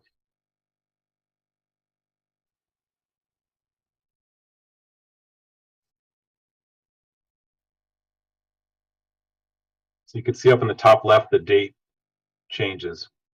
So you can see what year it is.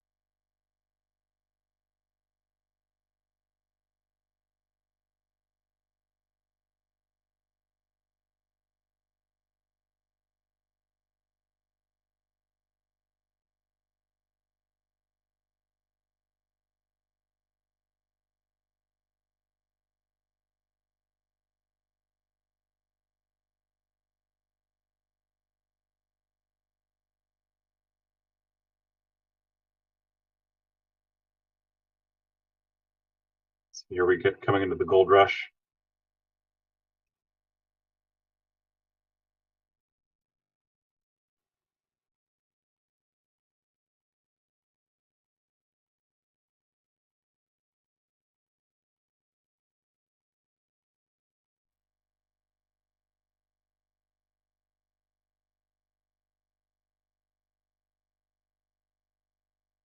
There you have it. The great thing is now that we have this, we can, we can query it. We can filter by state, filter by county even. Let me just zoom into this area. So here's South Dakota, Wounded Knee. Just go back a little bit. You can see that over time.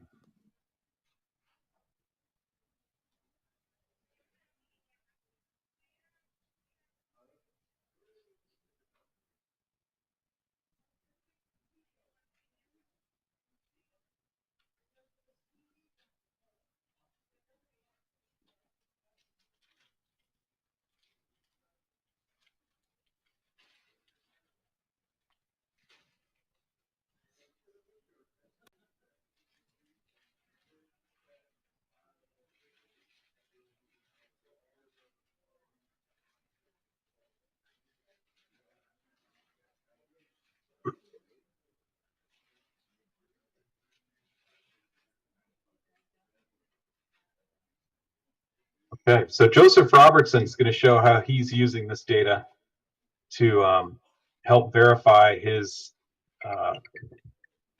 more accounting of the 1850 treaty and other Royce sessions that aren't very accurate, and he's trying to tighten those up based off the language of the treaties. But before I move on, does anybody have any questions about this data set?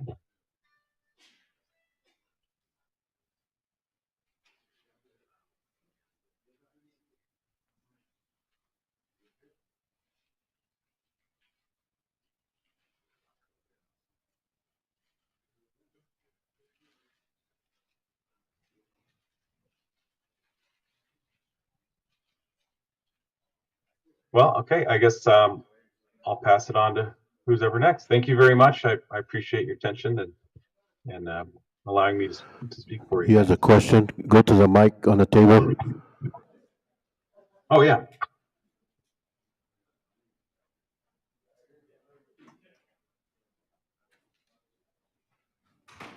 Yeah, I got a question. You're mapping all these wars and stuff, but are these the wars that are recorded by the War Department, or who's giving you the information? Well, those are coming from those various books. So I can't, like I said before, I can't testify to how accurate the data sets are. But they bring them, some from the War Department, some are come from, they come from just newspaper accounts, some are from just historical recollections. So they've just, these scholars have tried to put as many of these different incidents into these books. So it's really the most complete data set we have, but I don't believe it's complete by any means. Okay. And I'd love any feedback that people have, especially on the 120. If anybody is knowledgeable of these incidents, we can share the 120 that we haven't been able to locate, and you can help us with that. That'd be awesome. Yeah, Thank because you. I know on Pine Ridge, I know some areas where my grandfather told me about areas where there was battles too. But I was just wondering where you was getting your information. Yeah, from the data set itself. Yeah, that's in that journal article. I had one for you, share that sir. with it. Sure. Just like what Reno was saying, that database, it's real critical from the United States was bankrupt because the white brothers were fighting each other over the black brother and other things. But at that time, they discovered in 1870 to 1890, there's a period there that really was bad for us here, genocide and war crimes. And just recently, D.C. came out and said that Ulysses Grant's war was illegal war. But then they found that the goal. So again, our Chesapa, a bankrupted, fledgling country, put them back out of debt. And that 1870, they started the war of attrition, and the United States still fights like that. They'll starve you out, and then now they just bomb you out. But at 1870 to 1890 for us, they wiped out the buffalo. They took our income, our way of life right there when they wiped out the buffalo during that time, 1872 to 74, I believe. It was a very bad period here, 1870 to 1890. But I think those skirmishes that Custer had up there by Bismarck when he brought in the Thieves Road, and then from Fort Chateau, from Pierre, they brought in the Whiskey Road into the hills during those times. And there's a lot of skirmishes going on when they were trying to get our people to sign that 1877 agreement. But it's real critical to tie in these wars with war crimes, illegal wars, and all that stuff, because that's still relevant today. Thank you.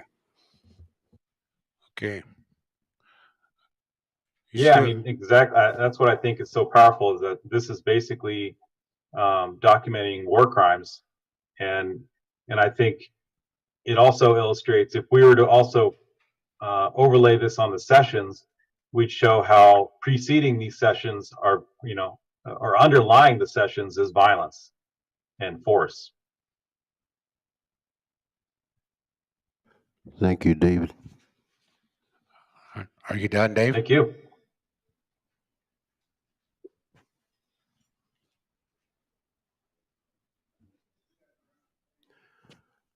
Dave.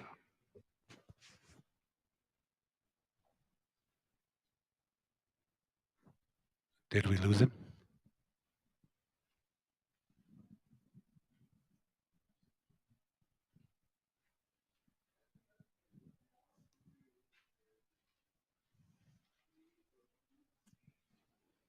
Technical people, did we lose him? He's done. He's Oh, done. he's done. Okay. We're going to have a song and then we're going to have a 10-minute break. I just wanted to suggest something that just to think about. And all of when we're starting to come to realize who we are recovering from the wars. We're starting to find our children. We're starting to find our culture, reestablish our language. So we're really starting to recover from what the wars have taken a toll upon us. And so I think this is a good time that we need to understand that aspect of that. So with that,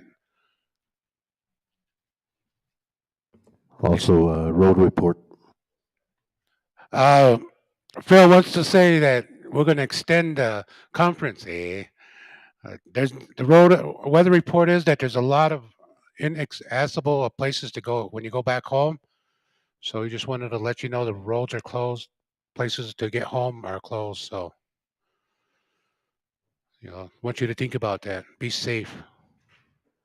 The roads are inaccessible at Chichago Rosebud, so if you can, you might have to stay an extra night or make arrangements, make plans. There's no way to get home yet. Oh, turn that on for him over there. I'd like to, this is me, Orville Looking Horse, and I want to, we've been doing a lot of rides on horseback. Right now, the riders are coming from North Dakota to Wounded Knee. They started, and that's why the 30 Dakota ride is going on right now.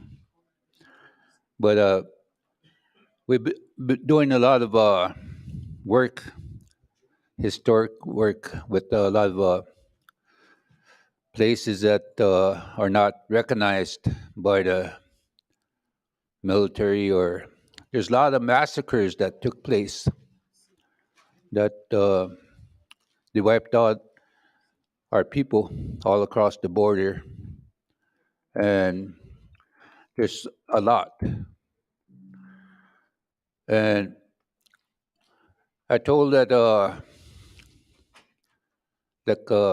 different people or different places that genocide is still happening. And we live on reservations. I live on a reservation. But originally the reservations are concentration camps, and we're still POW.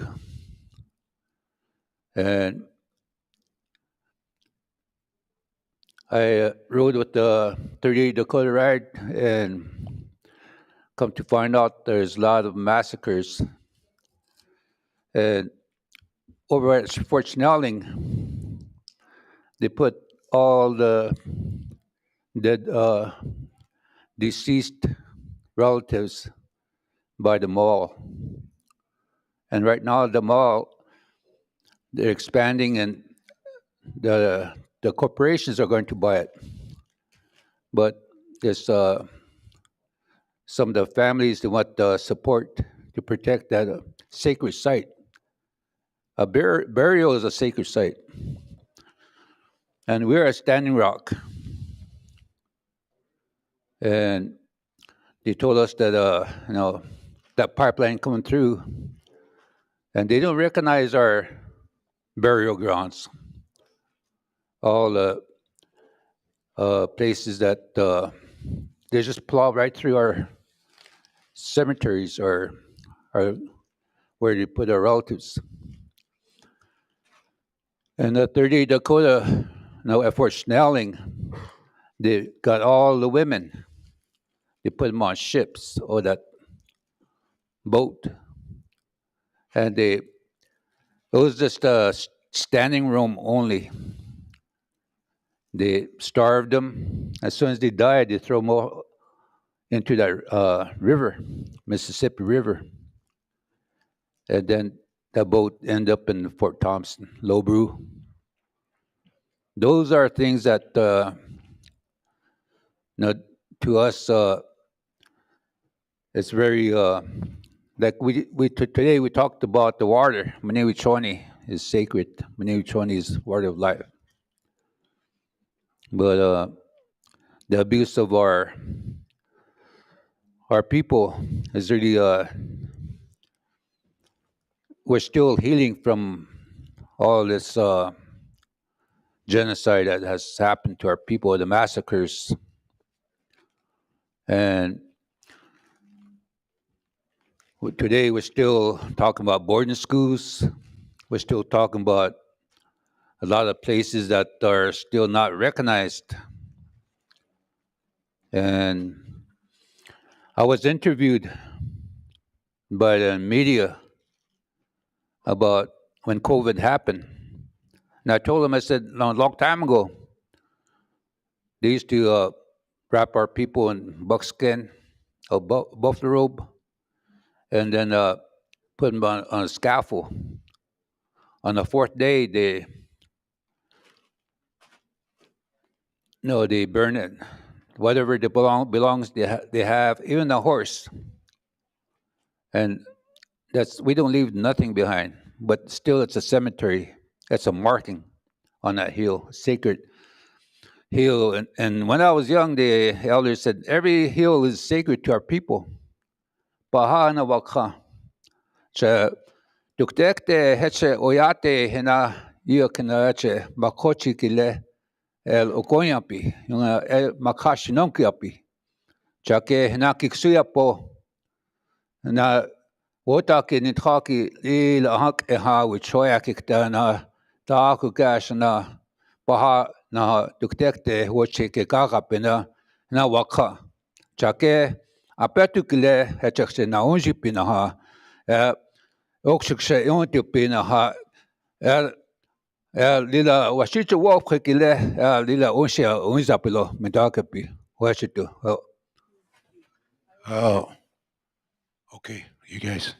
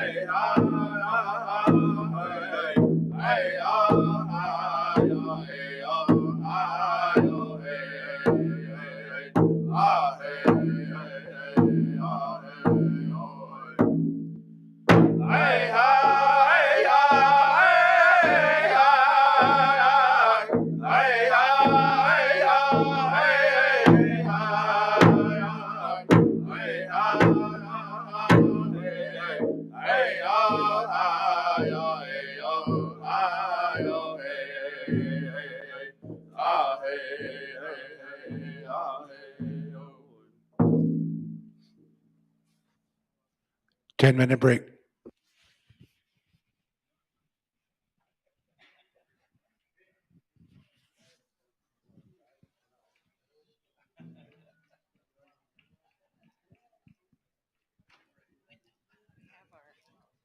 PowerPoint here for Pipestone. So this is Chad. The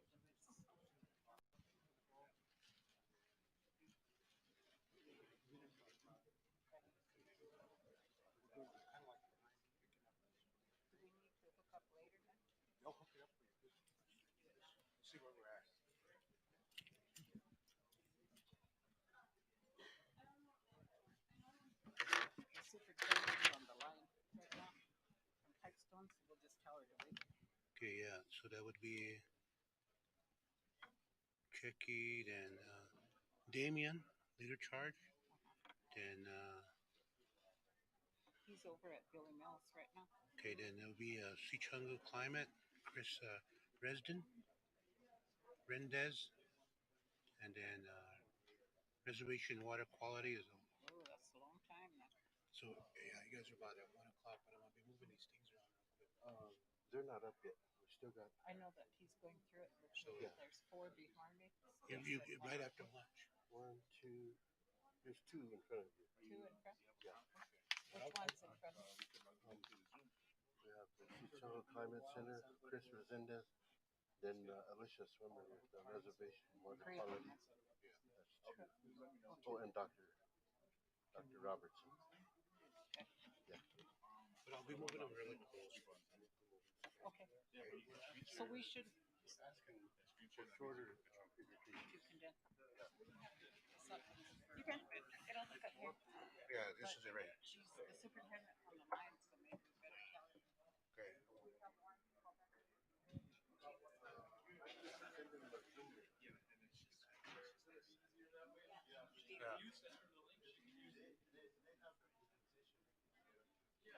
Yeah, she'll just have to share screen. Okay.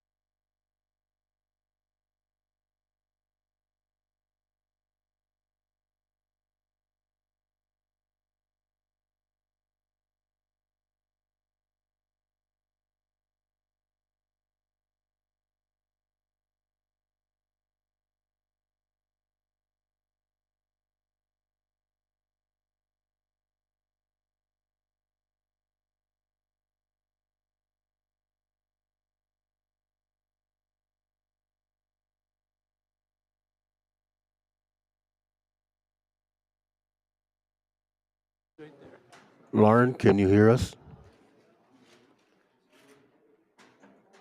Yes. Can you test? Where'd she go? See, I think everything seems to be coming Okay. through okay. Is this working on your end? Okay, we can hear you. Okay, great. Thank you.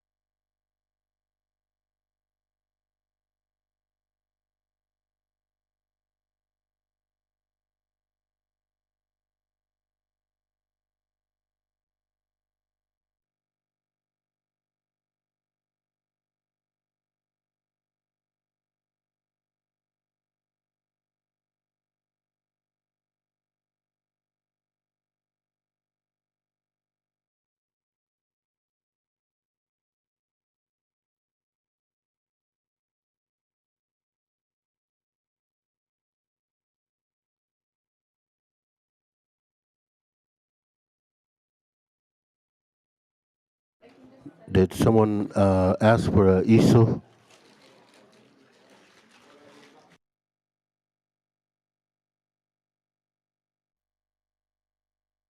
Did did someone ask for a easel?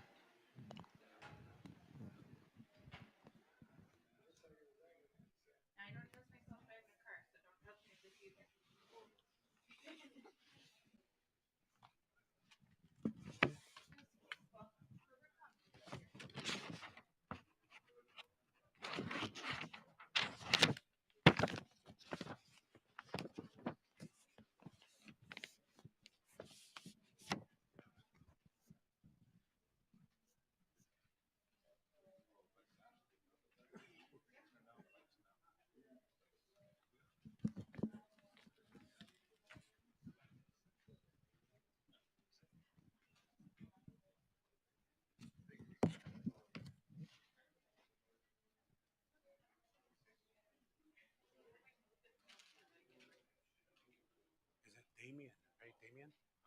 Damon? Joseph. Joseph Robertson?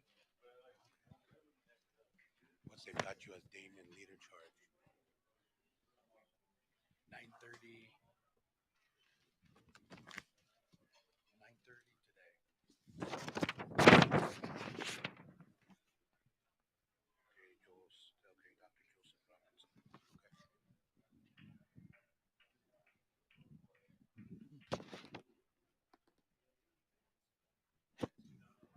Okay.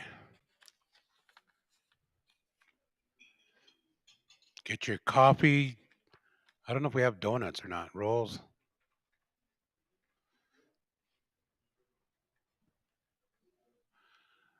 Again, I just wanted to say that our young people are starting to really get involved in a lot of technical and making and developing a narrative. And so it takes a lot of us that are older need to support them as they would say in legal terms, punch a hole in the corporate veil and start to describe from our perspective of what's going on. And this is really good when young people take the initiative to start doing a lot of their own research. We need to support them even more so. So our next presenter is Dr. Joseph Robinson on real-time application of MOA, Indian Land Session Research. So you guys start to, whenever you're on now. Okay.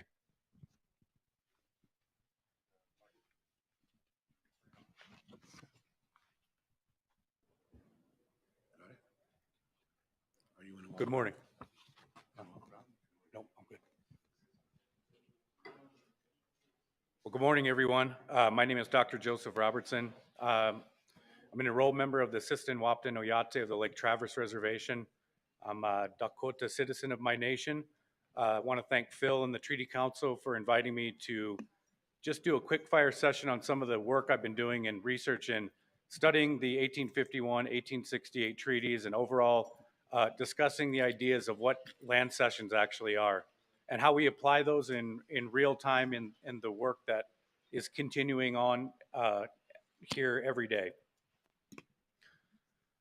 So I'll just give you a quick glance at who I am. I'm going to talk just briefly about the Data Sovereignty Initiative, the basis for my doctoral work. Then I'm going to talk a little bit about what a cession is, what an Indian land cession is, give some examples.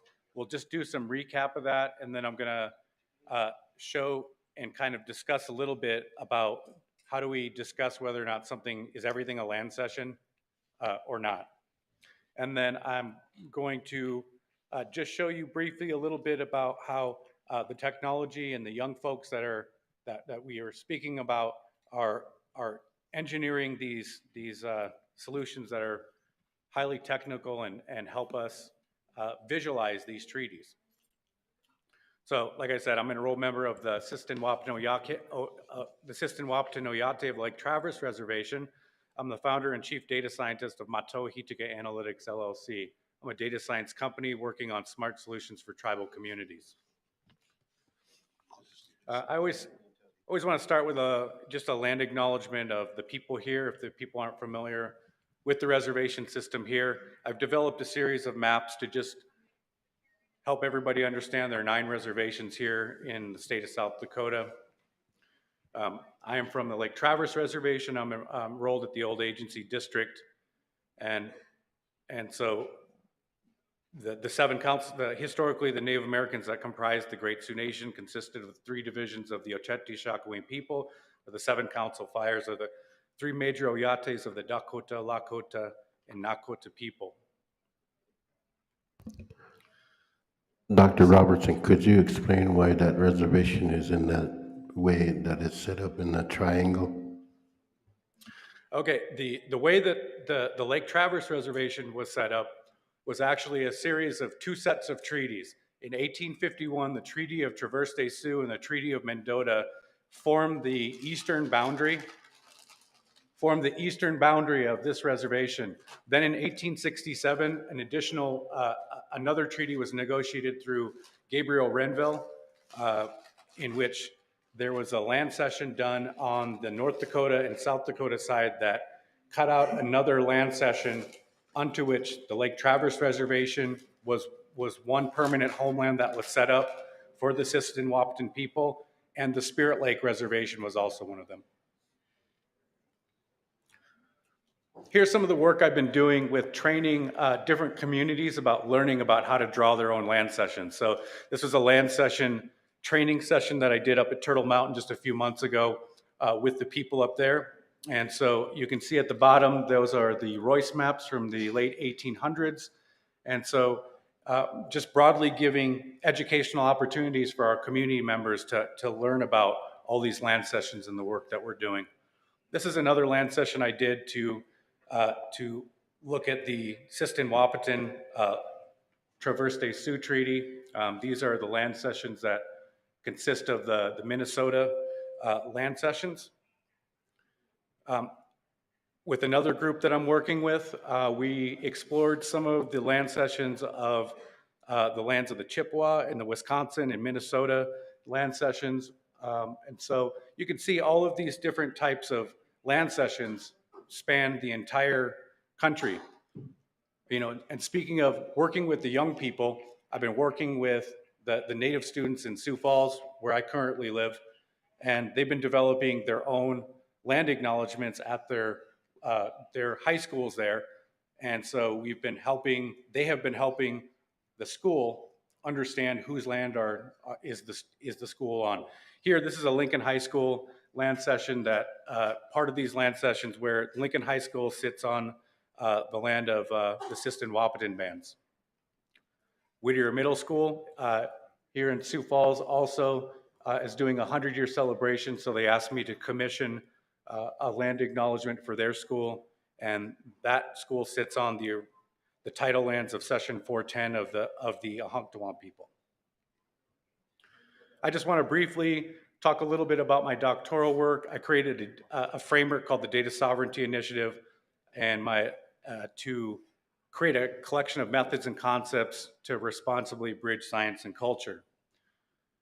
Since we're short on time, I'm just going to go over just a few of the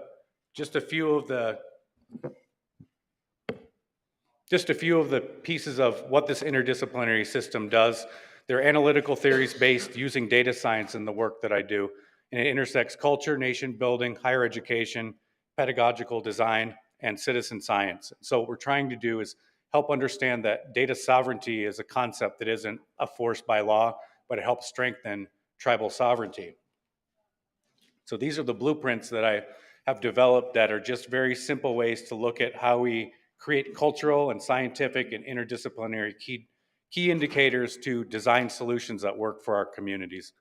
And again, these cultural and scientific key indicators are all mutually exclusive. And so it's a way for us to leverage citizen science to teach our young people how to apply these scientific ideas. AMPO is doing the water testing, so helping to support these young people in doing these scientific efforts with some ways of being able to have some structure to that. And again, when you form all of these together, a strategic interlocking of our cultural and scientific and interdisciplinary pieces forms a smart solution that is part of an interdisciplinary set of methods of design and consultation.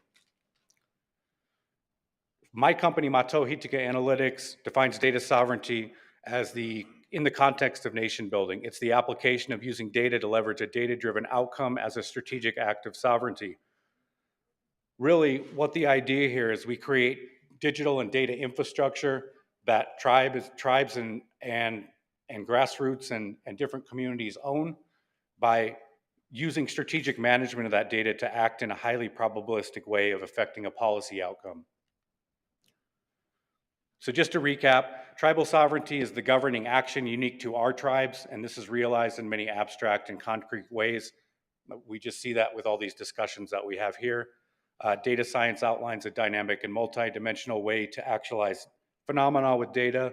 Data sovereignty needs to utilize high ethical standards to have data work for our communities, and then ethical standards need to be built into these systems to help regulate how we're releasing this information.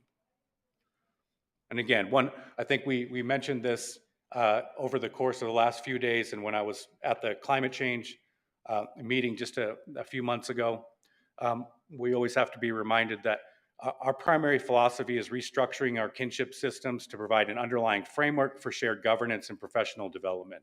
So in other words, we strive to look at and obey our kinship rules to be a good relative. It's important that our giving systems are not for enriching ourselves at the expense of others. We're giving this information as a matter to help our people. So in this quick fire, I'm just going to go over a few things, and then I'm going to show you a story map I've designed that I'm going to release very shortly in the future here. But the primary focus of today's quick fire is to define what a land cession is and what does that mean in the context of treaties, and to discuss some real-time applications of these concepts, and then present a visual example through story maps. So the American Heritage Dictionary of English Language defines a cession as a ceding or surrendering as a territory to another country by treaty. What is an Indian land cession? Well, the Bureau of Ethnology's report to the Secretary of the Smithsonian, Indian land cessions in the United States is widely used as an atlas and chronology compiled by Charles C. Royce of Native American treaties with the US government until 1896 to 97. The Royce maps are considered the foundational cartographic testimony in Indian land claims litigation. Here's a map that I created that was a remaster of the US Geological Survey map. And you can see on each one of the pieces here, they mention session. And so I always made the case that a lot of these original sessions were never, if they were Europeans, these sessions were never like, the treaties were never broken between groups, but with Native people, definitely. This is a picture of the Royce map, part of the Royce map compilation. This is one of the very first sessions that was ever done. The green down on the left, on the lower left, was the very first session done with the 6 nations of New York. This is a GIS remaster of that is part of the ongoing project that I have going on at Mato Hitika Analytics. And what we're doing is trying to understand exactly how these boundaries are constructed through the meets and bounds.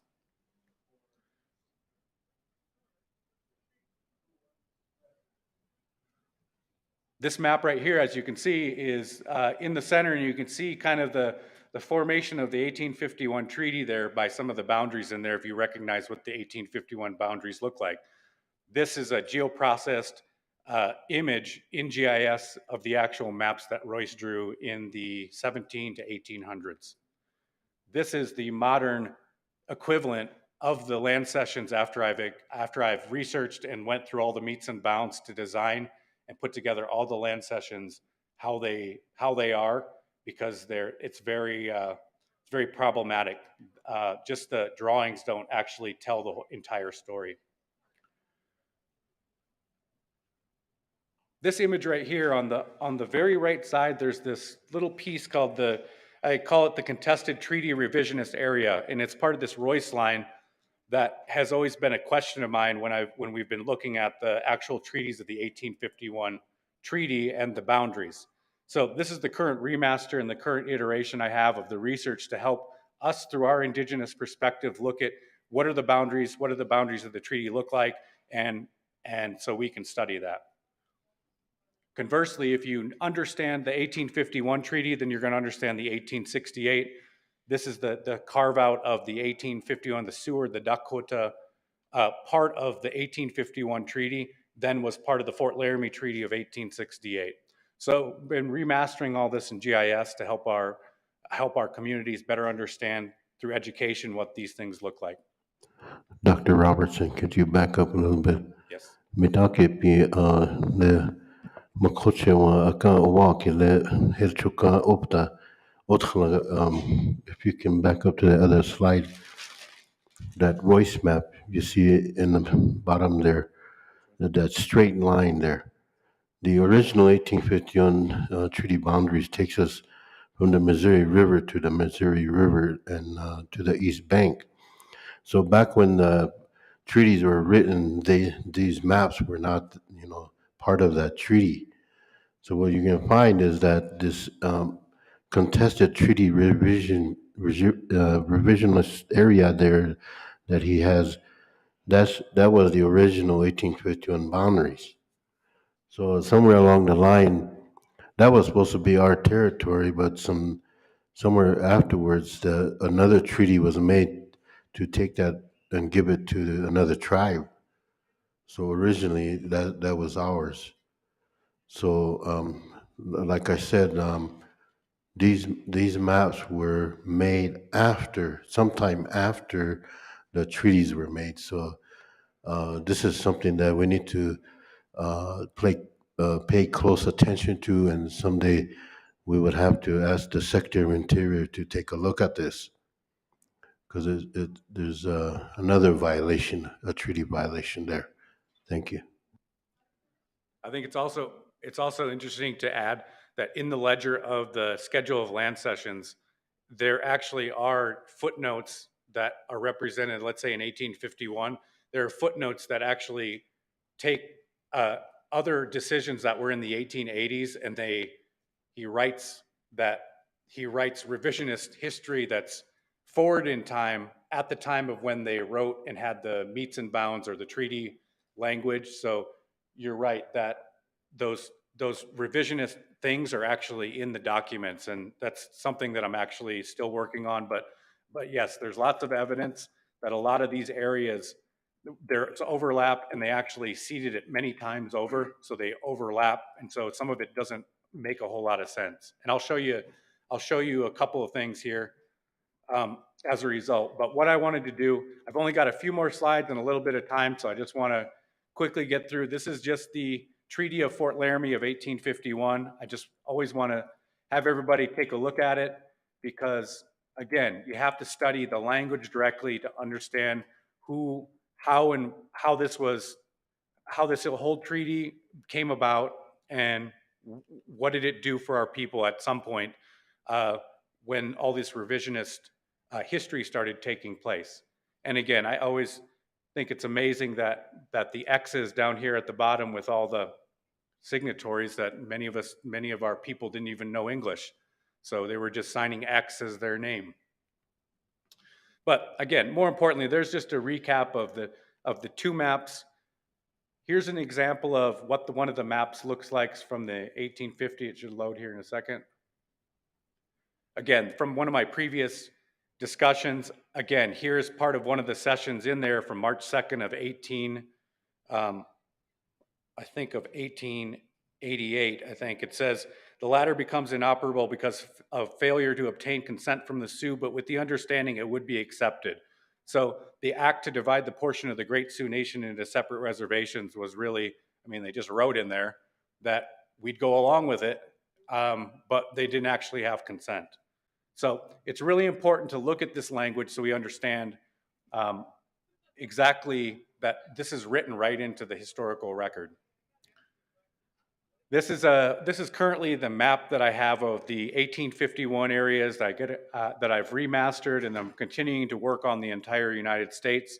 But it gives you a better perspective of understanding how do we break all these things down so we can better understand them. This is a map I've created of the three South Dakota and North Dakota maps that Royce drew. They're three separate ones. They represent three different time frames, and so they're very complicated. It's taken hundreds of hours of research and development to develop these boundaries because they were very, very hard to understand. And so you can understand why our people back then, when they signed them, maybe we didn't fully understand what they were because they were probably done. The language was put in there very difficult. Probably, perhaps it was intended that way. So if you break this map down into three component parts,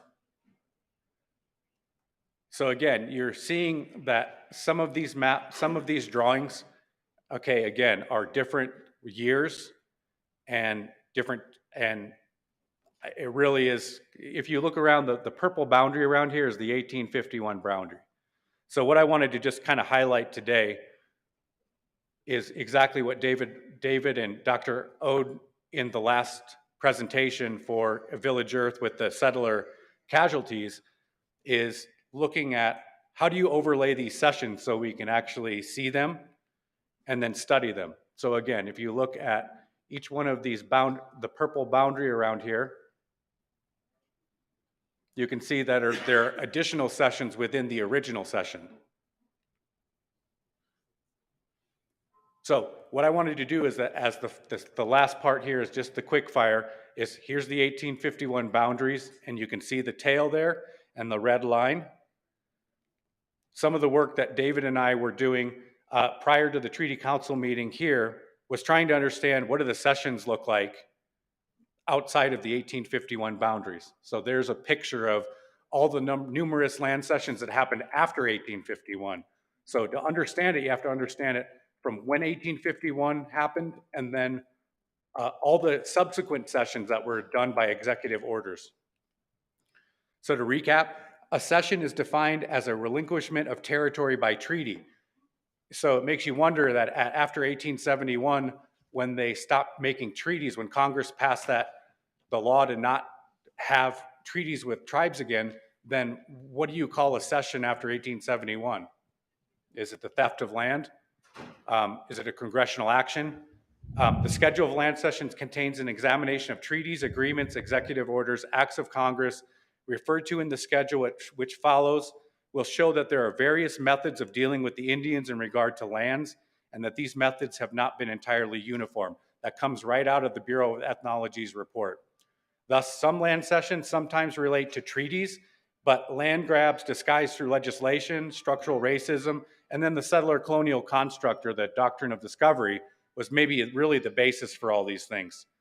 And finally, the land cession is a loosely defined term that is often confused with other actions that may not actually necessarily be a cession. So just in this final part that I have, we're going to look at how we apply the land cessions to different projects that we're doing right now. The scenarios are the main theme here is everything a land cession. And applying a land cession to the current work of David Bartecki and Dr. Ode on the settler casualties, I've got, courtesy of Village Earth, he shared that information with me, and I'm going to show you what those settler casualties look like in relation to the 1851 boundaries.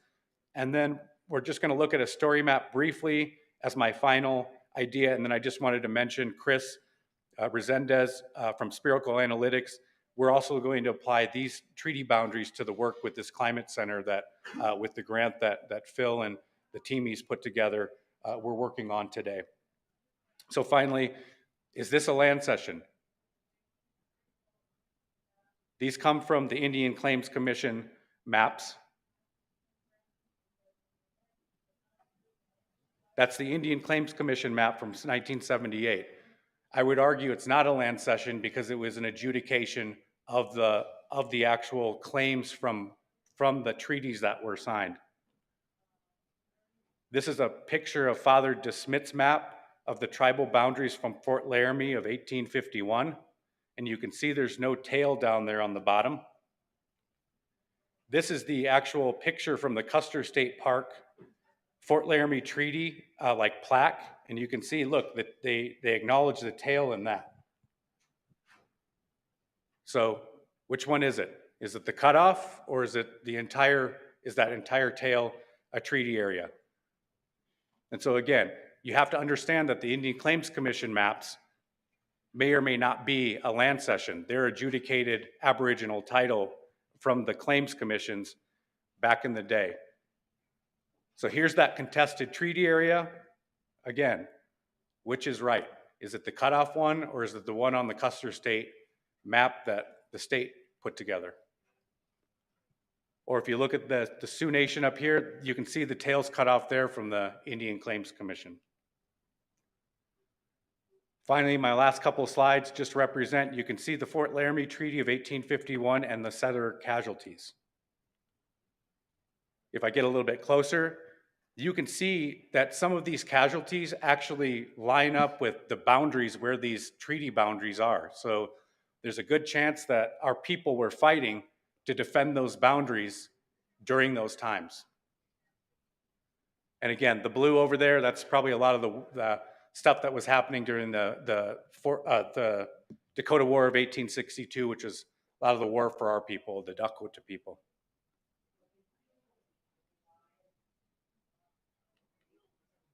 And then finally, I just was asking, does everything a land cession? A treaty is also a land cession. Okay, so the Fort Laramie Treaty of 1851 was a land cession. But so it's important to understand that when we talk about treaties, these are land cessions as well, because through a treaty, we're relinquishing land to another country by that definition. So my final thoughts is just applying Indian land cessions has untapped potential. Teaching, demonstrating, and supporting our next generation is paramount. So we never give up, we work hard and continue to learn. Collaboration and interdisciplinary work allows for real solutions to be realized. And if we don't acknowledge and honor our kinship systems to be good relatives, we can't move forward with this crucial community work. And so I wanted to just give a brief overview of the land cessions, and then my final piece I wanted to show was looking at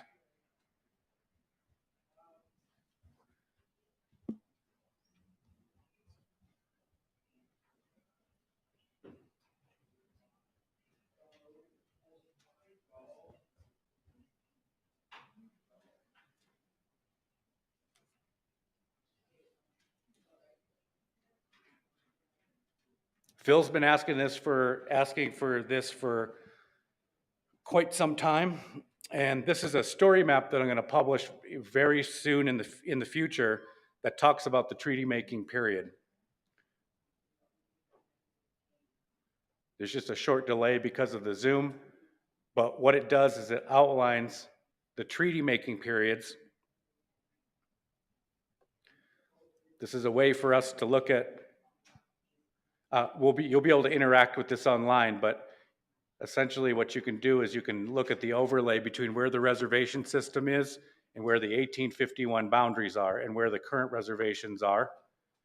And then I'll just show you one last piece right here, which is the treaties and the meets and bounds that I've designed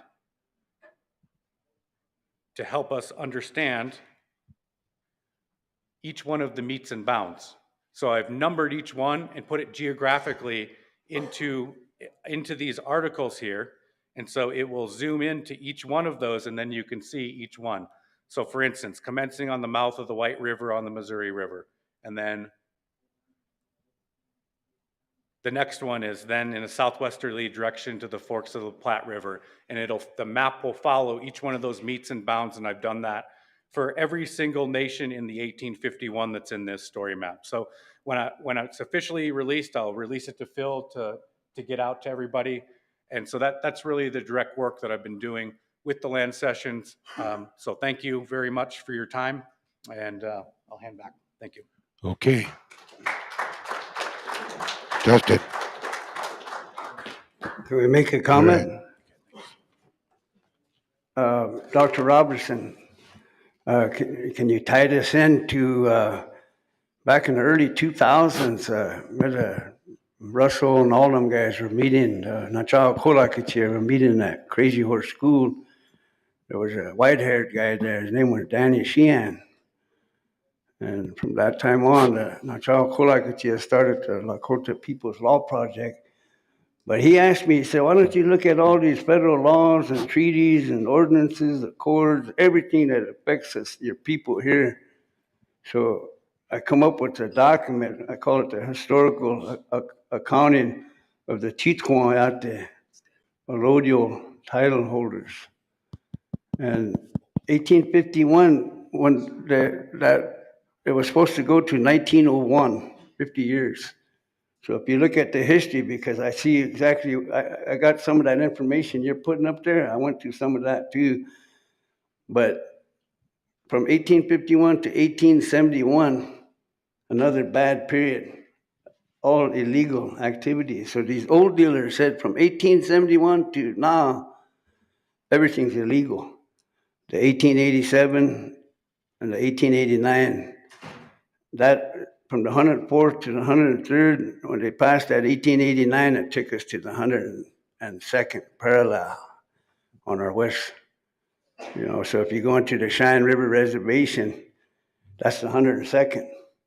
And right now we need to tie in, like the oil spill at Keystone, the lithium, and it's called, in 1952, these old dealers, they brought something out on our resources in these lands, from the summit of the Bighorns to the East Bank. And on the resources alone, they set aside $3 trillion in 1952.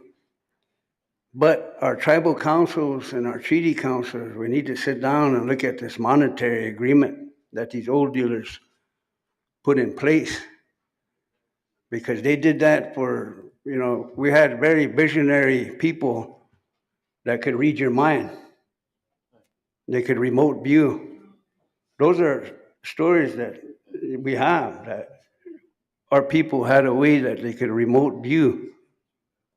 So when you say that, when we met these Milahanska and them, and we didn't know I don't agree with that statement.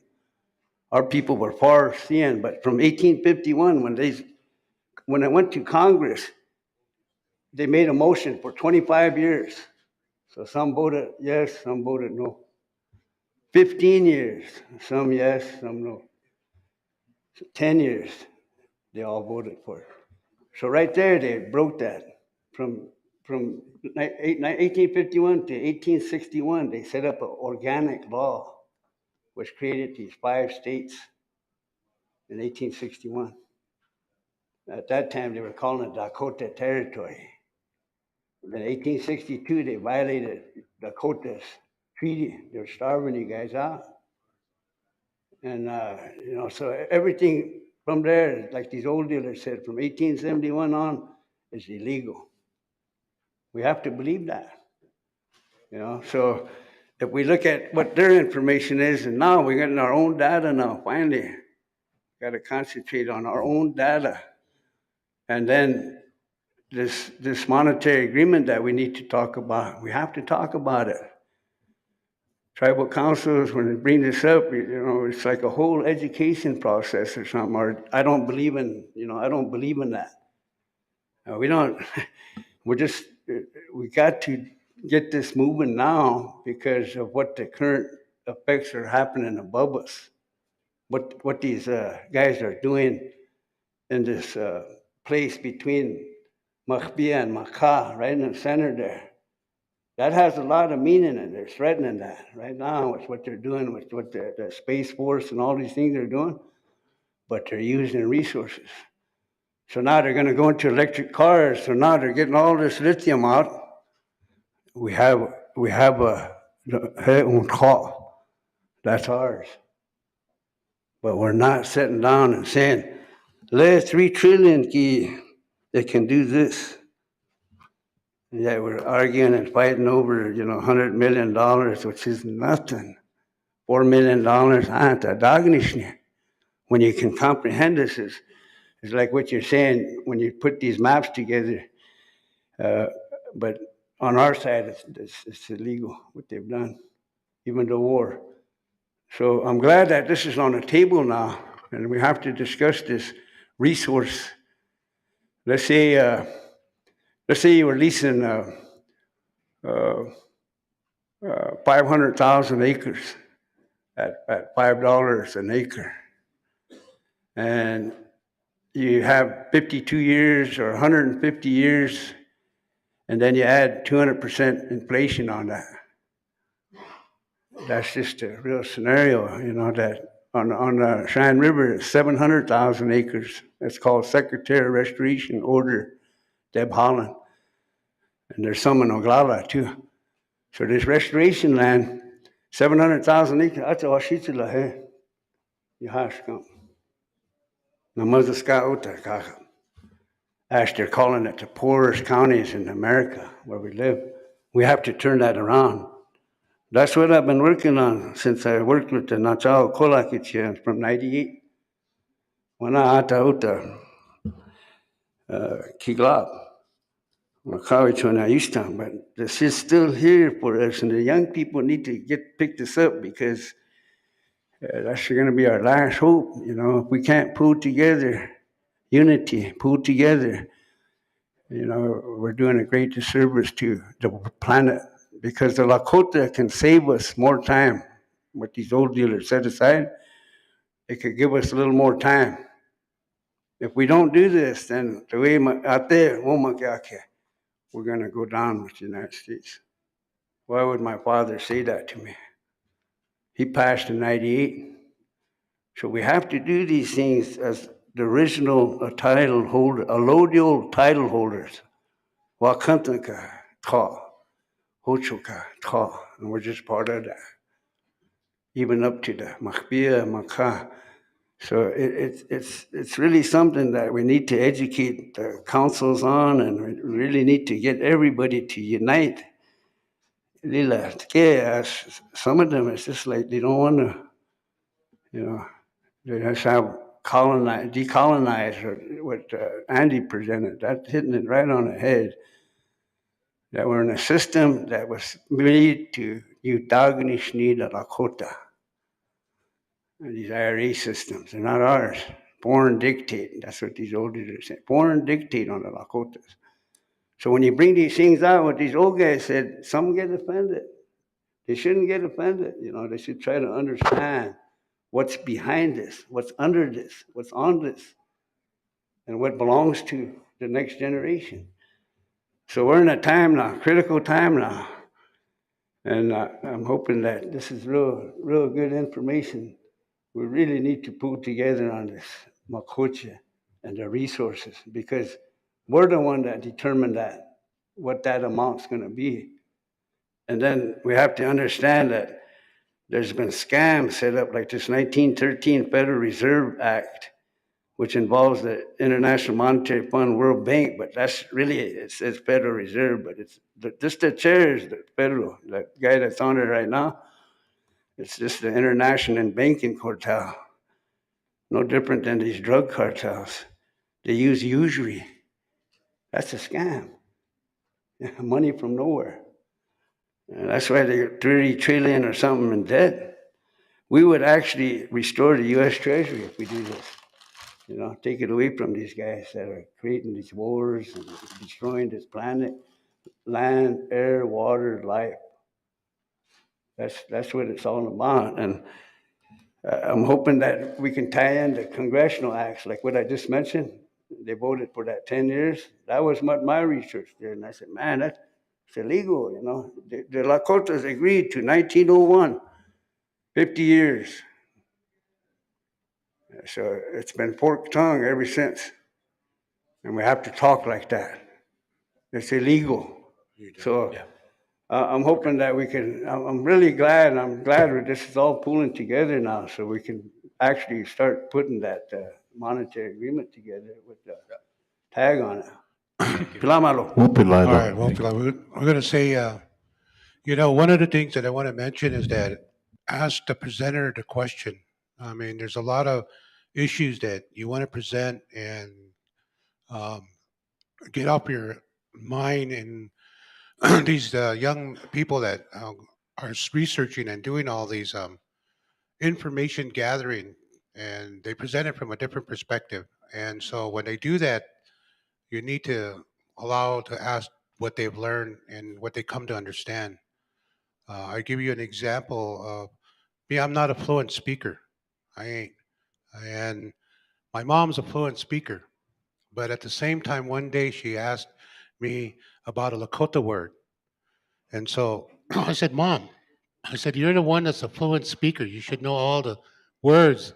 So she wanted to know. And then the end result is I had to go to my the college book, all the things. I finally found the word and I told her. And so when she found the word, oh, yeah, that's what it meant. So when she spoke in front of a group, she said, you know, I was really thinking about this word and it came to me and I understood it. But she never gave me credit for it, but that's okay. My point to this is that these young people go out and they're going to be doing our narrative for us. And if we're going to really support them, we need to start having them, start giving them little words and different ideas of what we want. So I want to leave that to you. Antoinette, you could go ahead. Thank you. Before Claude speaks, I just want to say thank you to Joseph wherever he went. But one of the comments that I wanted to make is that the treaties weren't land cession treaties. We didn't agree to give up any land. Just like today, we're sitting here in the Black Hills, we never agreed to give that up. You know, maybe that portion he could reconsider because the treaties were peace treaties. And we did not agree to give up territories. You know, I think that maybe that part of his presentation, maybe he could rethink because we still refuse that settlement today. You know, we need to remember that too. Our land isn't for sale, you know. So I just wanted to make that point. There were Yeah. peace treaties. Okay, we have one more presentation with Chris Resendez. Chris, are you ready? Are you ready? Is he on? Yeah, he's on. There you go. Chris is working with us. We're creating the Sichango Climate Center, and we're building a platform on how to monitor the treaty lands. So you got to take a look at this. Thank you.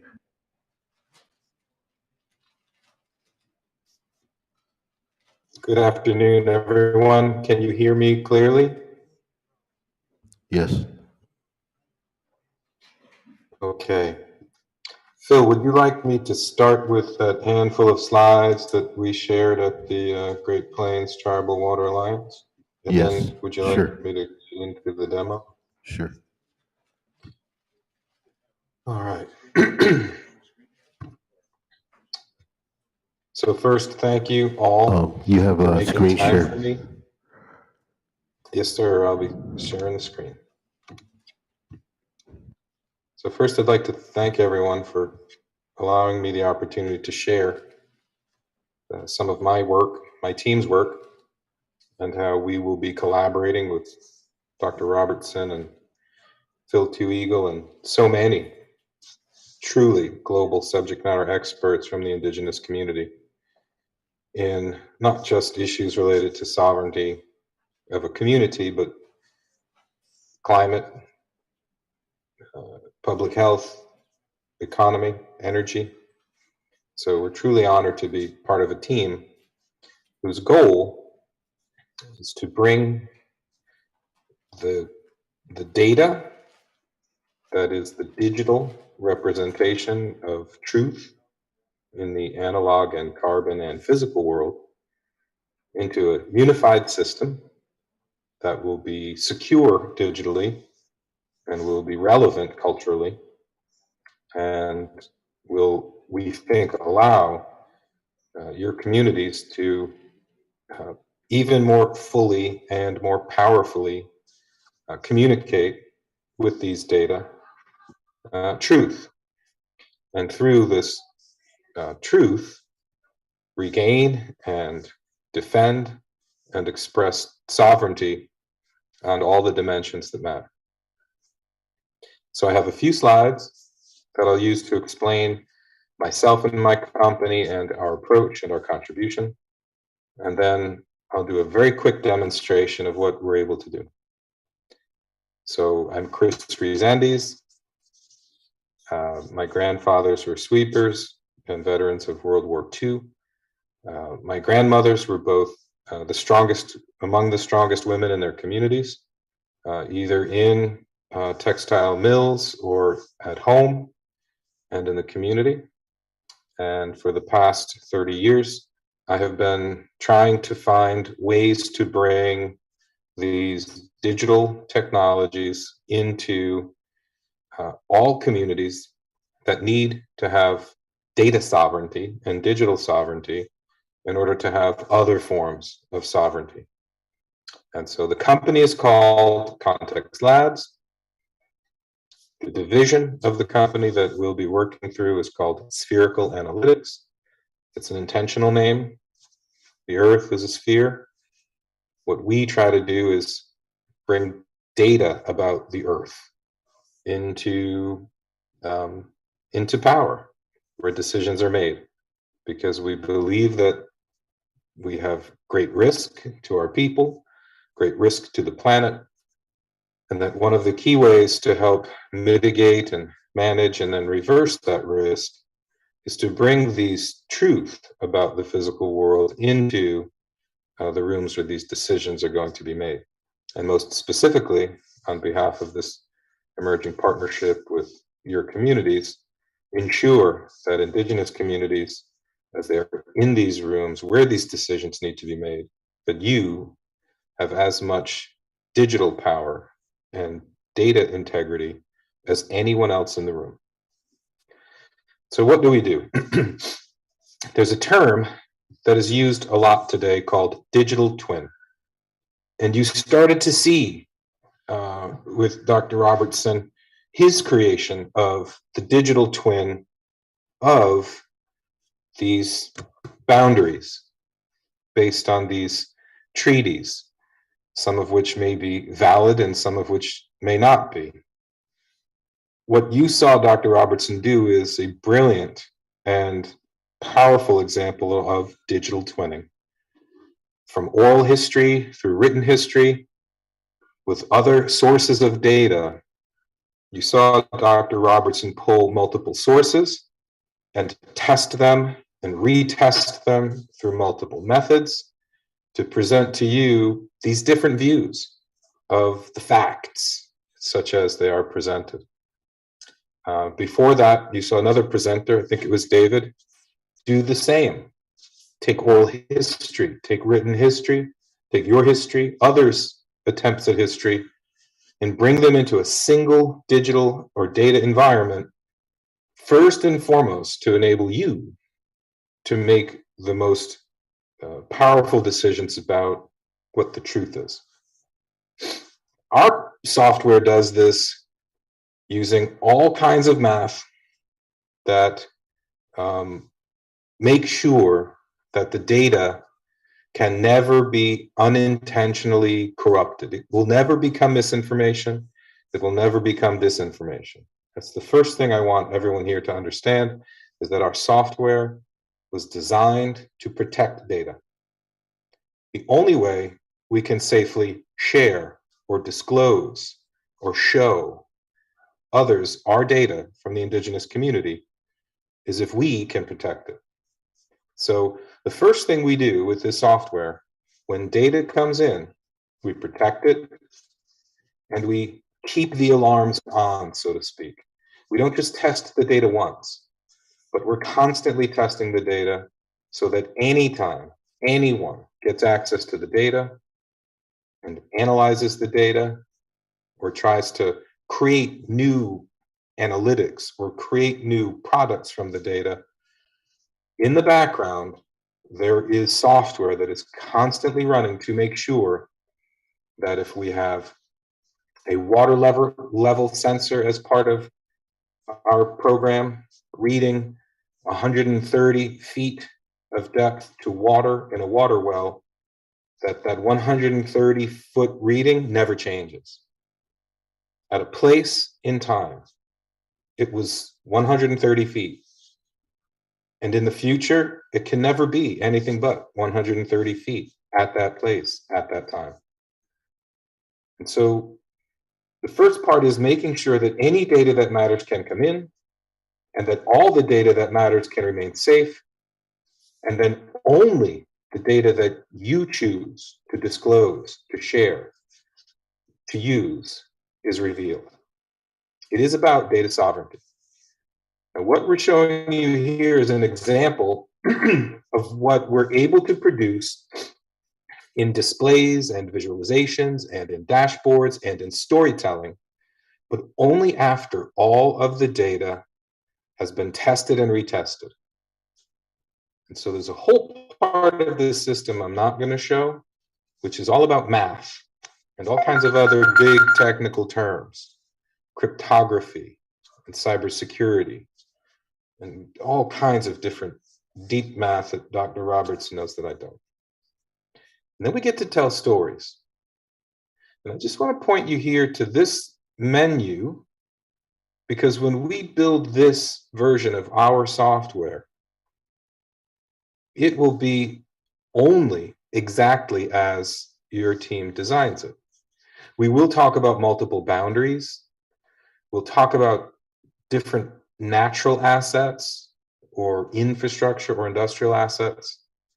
And we'll talk about all kinds of satellite data that we can bring in, or sensor data that we can bring in, or social history data that we can bring in. We'll build multiple layers of data sets, and then we'll give the user the ability to turn these data sets on or off so that they can tell the stories that they need to tell with data that comes from anywhere that matters, but only the data that is true. And I'll show you a little bit of a demonstration of that in a minute. How we do this is first and foremost by making sure that we can take any data that matters in. Can't be limited digitally to only certain sets of data, because the truths that we need to resurface and to test and to preserve and to challenge may come from sources that are not familiar to the current technology, political, or economic spheres. So wherever the data comes from, we will find a way to accept it. The second thing is, and this might look a little small, I'll try and bring this up, is that when we talk about testing, we are constantly testing the data. We may, some of you in this room, as subject matter experts in certain parts of these work products, you could become part of the experts who look at this data and either sign on that you believe it's correct or you send in a correction, and that becomes part of the record. Last but not least, we do know that when it comes to climate, in a climate center, we're going to have to look at all of the different sensor data or digital input categories, from satellite through airborne, drones, remote terrestrial, or sensors that are on towers. And then whatever sensors exist or might exist in or on your lands. So I want to be very clear about this. The oral history, the social history, the living history is critical. However, when it comes to climate and it comes to the environment, we're going to have to be very quick and very careful and very specific about making sure that we have the sensor data as well. As I was taught one day by Chief Crow Ghost, he doesn't need this data. Lakota men know where the water is. Lakota women know if the water's clean. He doesn't need these sensors. He doesn't need this data, but my people do. He couldn't have been more correct. Too many financial markets, too many commercial markets, too many of the adversaries or the partners cannot make decisions without data. And so we believe in order for your people to regain and capture and defend your sovereignty, you need to have some of this data as well. So this sensor data categories will be a big part of what we add to your current history, knowledge, and wisdom. Why should you trust us? Or why should you trust this platform? Why does Dr. Robertson? Why does Phil Two Eagle? Why does Doug Crowghost? Why do others? Because the tools that we use to protect your data is the same tooling that some of the United States federal national security teams use to protect their data. There are only 35 companies in the United States that have special status with the National Institute of Standards and Technology, the National Cybersecurity Center of Excellence. We are one of them. We don't work for what's called the kinetic parts of the federal government. We work for the scientific parts. We work for the infrastructure parts. But I want to be very clear about this. And you can see some of the labs that we've worked with and some of the groups. When this tribal climate center data is brought into any negotiation, it will be as trustworthy, as secure, as relevant, as material, as powerful as any data that anyone else will bring into those environments. This tribal climate center will have the strongest, the best, the most powerful and relevant climate data available on the planet, and it will be under your control. So with that quick intro, I can either take questions or I can now shift and show you a very quick demonstration of what's possible. I can show you what we've done with some groups that are trying to reduce the climate impact of retired assets, oil and gas assets in Texas, and how this kind of approach has been very successful in moving capital markets and commercial markets and some political environments as well, because when one has the power of the data backed up by science and math, then much can be done. So Phil, do you want to check the room for questions or comments? Any questions? If not, we'll be getting our lunch ready and meal prayer. Go ahead. No, I can't hear Phil.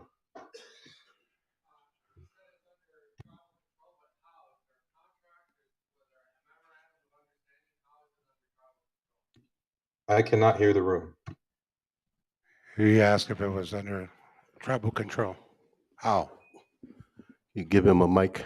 Sorry. Yeah, I'm wondering, you said it's under tribal control, but how? Is it by contract? Is it by treaty? Is it by memorandum of understanding? How is it under tribal control? Well, we are prepared to support whatever kind of agreements Rosebud Treaty Council needs us to engage in, but I can tell you that our standard licenses for all of our clients, public or private, domestic or international, we maintain that the data is not ours. The data is the client's data, the partner's data. We don't have rights. My company doesn't have rights to take your data and process it or reprocess it or package it or repackage it. That is not our business. So we maintain in all of our standard documents, our software licensing agreements, our professional services agreements, our maintenance and support agreements. All of our agreements stipulate explicitly that in this case, Rosebud Tribal Climate Center data is and will always be Rosebud Tribal Climate Center data. And if we need to sign supplemental agreements, we're prepared to do that. Okay. You guys all look hungry. Chris, did you see the presentation from Umpo Jensen earlier? I did. I saw lots of the presentations earlier. I'm just not exactly sure which one that one might have been. She did the testing for mercury and what was the other? Uranium on the Black Hills. I think Yes, I her saw some of project that. could go easily onto this system. Yes, it is absolutely all. One of the most powerful things that we're going to do is take data that is currently under the control of the tribal communities, and this becomes the safe place for that data to be brought together. We can get into this offline, but the tools that exist in the background on this software make it one of the most secure environments for these data to be integrated and to be accessed. There's a very robust access and control system that will be under the command of someone from the Rosebud community, and only those individuals that are given access by the chief administrator, who will be part of your group, will have the opportunity to get access to these data. And so the existing work done by the existing scientific community and by all of your innovators, this is perhaps one of the safest, if not the safest, places for these data to be integrated. So did you have a demo already? I'm happy to do a very quick demo if you'd like me to do that, okay. sir. Okay, so now folks, I'm going to show you a real quick demo that hopefully will give you a sense for some of the ways that this work gets expressed. Can you see a map here of Texas? Yes. Okay. So very quickly, folks, just to get you oriented, over here, this is where the data scientists from the Tribal Climate Center will be able to see all of the different data sets that have been brought in and how that data has been tested. In this case, what we're showing is a sample of 206 data sets, of which 88% have passed their surety test, meaning the data comes in and we'll work with the Tribal Climate Center team to say, how do you want to test the data to make sure that it's accurate and true? One way is to have the initial copy of the data come in. And that initial copy becomes the reference copy. And anytime any data comes in that relates to, say, these uranium pit tests, we will then look at the new data and compare it to the old data. And if it shouldn't have changed, but it did change, then it will fail. So one of the most important things that this process does is it makes it impossible for the historical record to be changed. It makes it impossible for your history to be erased or your history to be changed when it's put in this platform. This is where we say the geeks or the data scientists will live. All data that is then going to be analyzed or put on a visualization or a dashboard, everything I'm about to show you comes only from this data mill. And so I'm going to give you a real quick one. I'm just going to pick Texas. I want you to think about only 3 things right now if you can. Your area of interest, the place you care about. The things in that place you care about, they could be natural assets, they could be groundwater, could be surface water, or it could be industrial or infrastructure assets, active mines, abandoned mines. So think about natural assets and then think about those industrial assets. And then number 3, think about what you care about when you think about those assets. Well, we care about surface water assets, and we want to understand the level of water in that asset. We want to understand the quality of water in that asset. The place, the assets, and then the characteristics or the attributes of those assets. In this case, I'm going to show you, as I mentioned, oil and gas assets and how their emissions are managed or not. First things first, when it comes to place, we agree with what we heard from the previous speakers. When we define place, we have to be very careful. Even in, quote, the modern energy economy in Texas, for example, there are no fewer than 4 ways that boundaries are described. So we are already prepared to receive Dr. Robertson's work because this platform has set up to bring in these different boundaries and then reconcile them.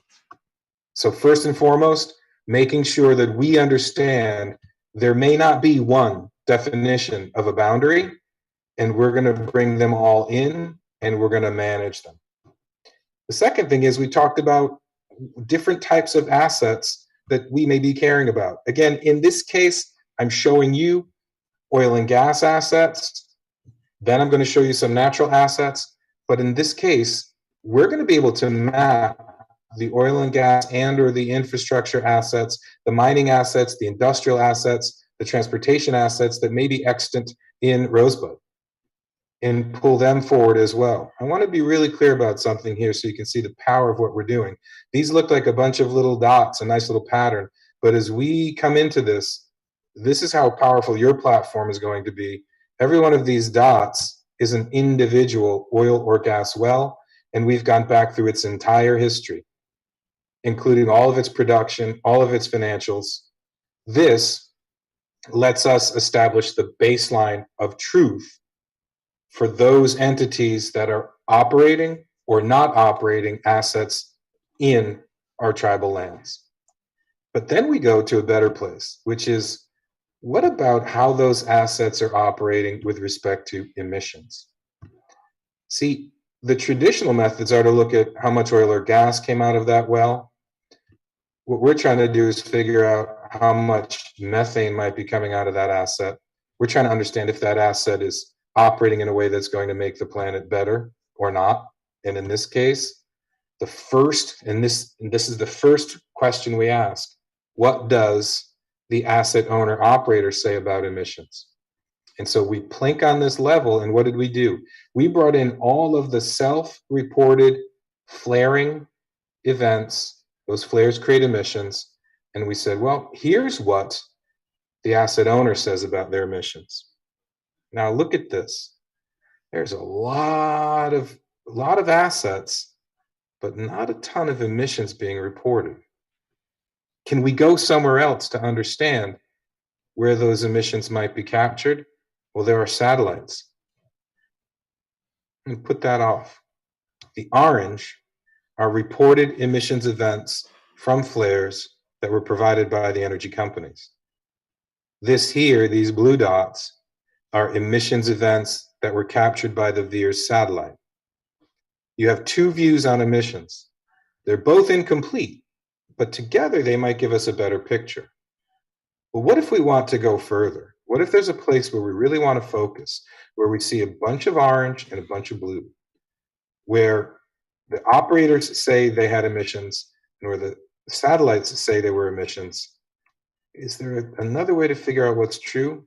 In this case, this layer, I'm going to turn it on and off for you, that comes from airborne flyovers, where similar sensors to the satellites are put on planes, and those planes fly much lower to the surface of the Earth, and you get a much more accurate picture of where that emissions might come from. I'm showing you this as an example of how not only do we take in multiple sources of information about boundaries, and then with our subject matter experts, in the case of boundaries, Dr. Robertson, we'll then adjudicate or reconcile, or we'll pick with math and science and wisdom and culture and history what the closest to truth is. Now, when it comes to emissions, or it comes to water quality or water presence, this is where we do think the sensors are going to be very powerful for us. And we've built a system that enables us to take innumerable inputs, and in this case, say, we have 3 inputs: what the operators told us, what the satellites told us, and then what the flyovers told us. These pictures here, in some cases, represent more than the energy companies have themselves. Now, I'm just going to show you one more thing that we're going to be able to do for either a natural asset or for an industrial asset. This here would be considered a bottom-up view. Everything I just showed you was top-down. Lots of public data, a little bit of private data. Here, this is almost all private data. Where there are indigenous owned and operated assets that you want to prove are operating in a clean way, we can build these digital twins for your infrastructure, for your schools, for your power plants. If you're going to have solar facilities, if you're going to have water treatment facilities, and you want to prove that you're managing carbon, that you're managing water, if you want to prove that what you're doing is in alignment with climate best practices, and you may want to use it as part of your negotiations, here's how we're able to do it at a smaller scale. This is a digital twin of a gas transportation facility. And watch, and all of these things here, this is like the community of sensors on top of the community of valves and pipes and fans and blowers and compressors. But watch what we did here. Let's pick this blue dot. That blue dot tells us that there were some things going on. These are readings of sensors on different assets in that very specific place, showing how this asset was not performing. These assets were live and performing. This asset was as well. Zero pressure on a flash tank. This kind of fuel flow inside of a pump, and this kind of pressure inside of a fuel press. So the flash tank wasn't working, but the reboiler and the fuel press and the fuel flow were. Watch this. It looks like there were emissions events happening on that asset. Let's see what was happening in real time at that moment. This camera is showing us at low light these assets, and these rainbow colors here are showing us that emissions are escaping. I show you this because this is some of the most advanced instrumentation in the world to capture emissions. And we've been able to, using data science and using machine learning processes, attach those methane emissions from one data source to attach them, in this case, for example, to this smokestack. So we can have an asset, we can have this event and emissions, and we can have them assigned or matched or paired, bound together. And this is proof that this emissions event is tied to this material asset. This can be used for compliance. It can be used for commercial reasons. It can be used for the community to negotiate. And we share this with you because today, not just in the United States, in South America, in parts of Europe, soon in parts of Africa, this software is being used with other indigenous communities and other local communities to protect and defend, and in many cases, to extend their rights, their sovereignty, so that they can protect their land, they can protect their people, they can protect their futures. And we're proud to make this available to the team at the Tribal Climate Center. We're thankful that Phil Two Eagle has invited us in, and we hope this makes sense. Thank you, Chris.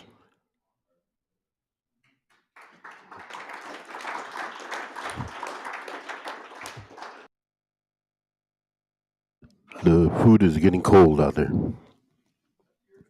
Okay.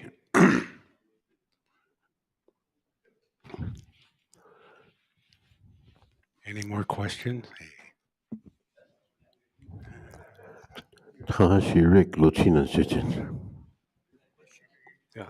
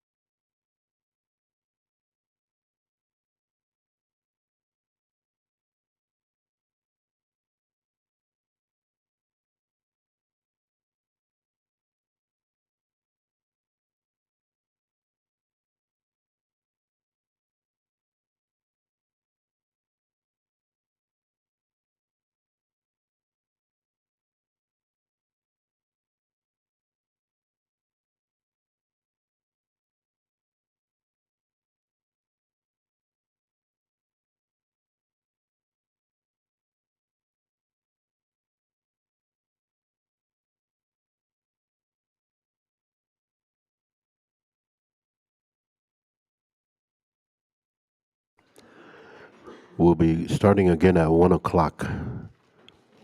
Short lunch. Hikitaka kupo.